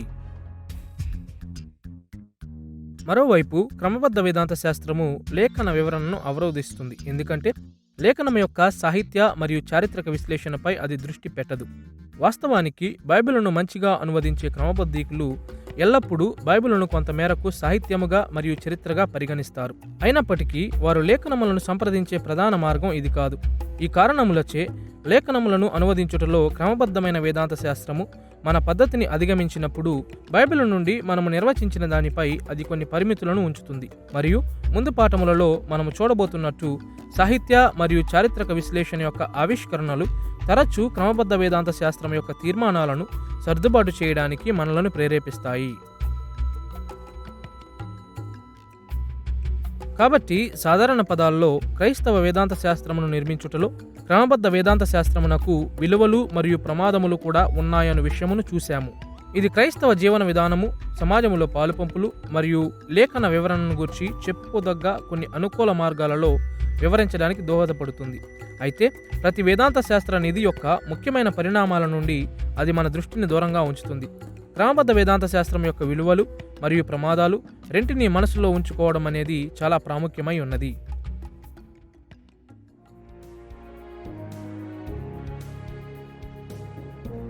ఈ పాఠములో క్రమబద్ధమైన వేదాంత శాస్త్రము అనగానేమి అను ప్రశ్నను అన్వేషించాము. క్రమబద్ధమైన వేదాంత శాస్త్రమునకు మరియు క్రొత్త నిబంధన వేదాంత శాస్త్రమునకు మధ్య పోలికను మనము చూచాము. సంఘ చరిత్రలో అది ఎలా అభివృద్ధి చెందినదో మనము చూచాము. మరియు క్రమబద్ధ వేదాంత శాస్త్రం యొక్క విలువలను మరియు ప్రమాదాలను కొన్నింటిని చూచాము. క్రమబద్ధ వేదాంత శాస్త్రమును నిర్మించుట ద్వారా మన నమ్మకములను ఒక క్రమములో ఎలా పెట్టాలో నేర్చుకునడం అనేది క్రీస్తు అనుచరులు చేయవలసిన అనేక ప్రాముఖ్య విషయములలో ఒకటి. లేఖనముల బోధను తీసుకుని సంఘము యొక్క సాంప్రదాయముల ప్రకారము తార్కిక క్రమబద్ధతలో అమరిక చేసినప్పుడు దేవునిని గౌరవించు పరిపూర్ణ క్రైస్తవ వేదాంత శాస్త్రమును నిర్మించుటకు మరియు క్రీస్తు సంఘములో మరింత ప్రభావవంతమైన సేవకులుగా ఉండుటకు అది మనకు సహాయపడుతుంది.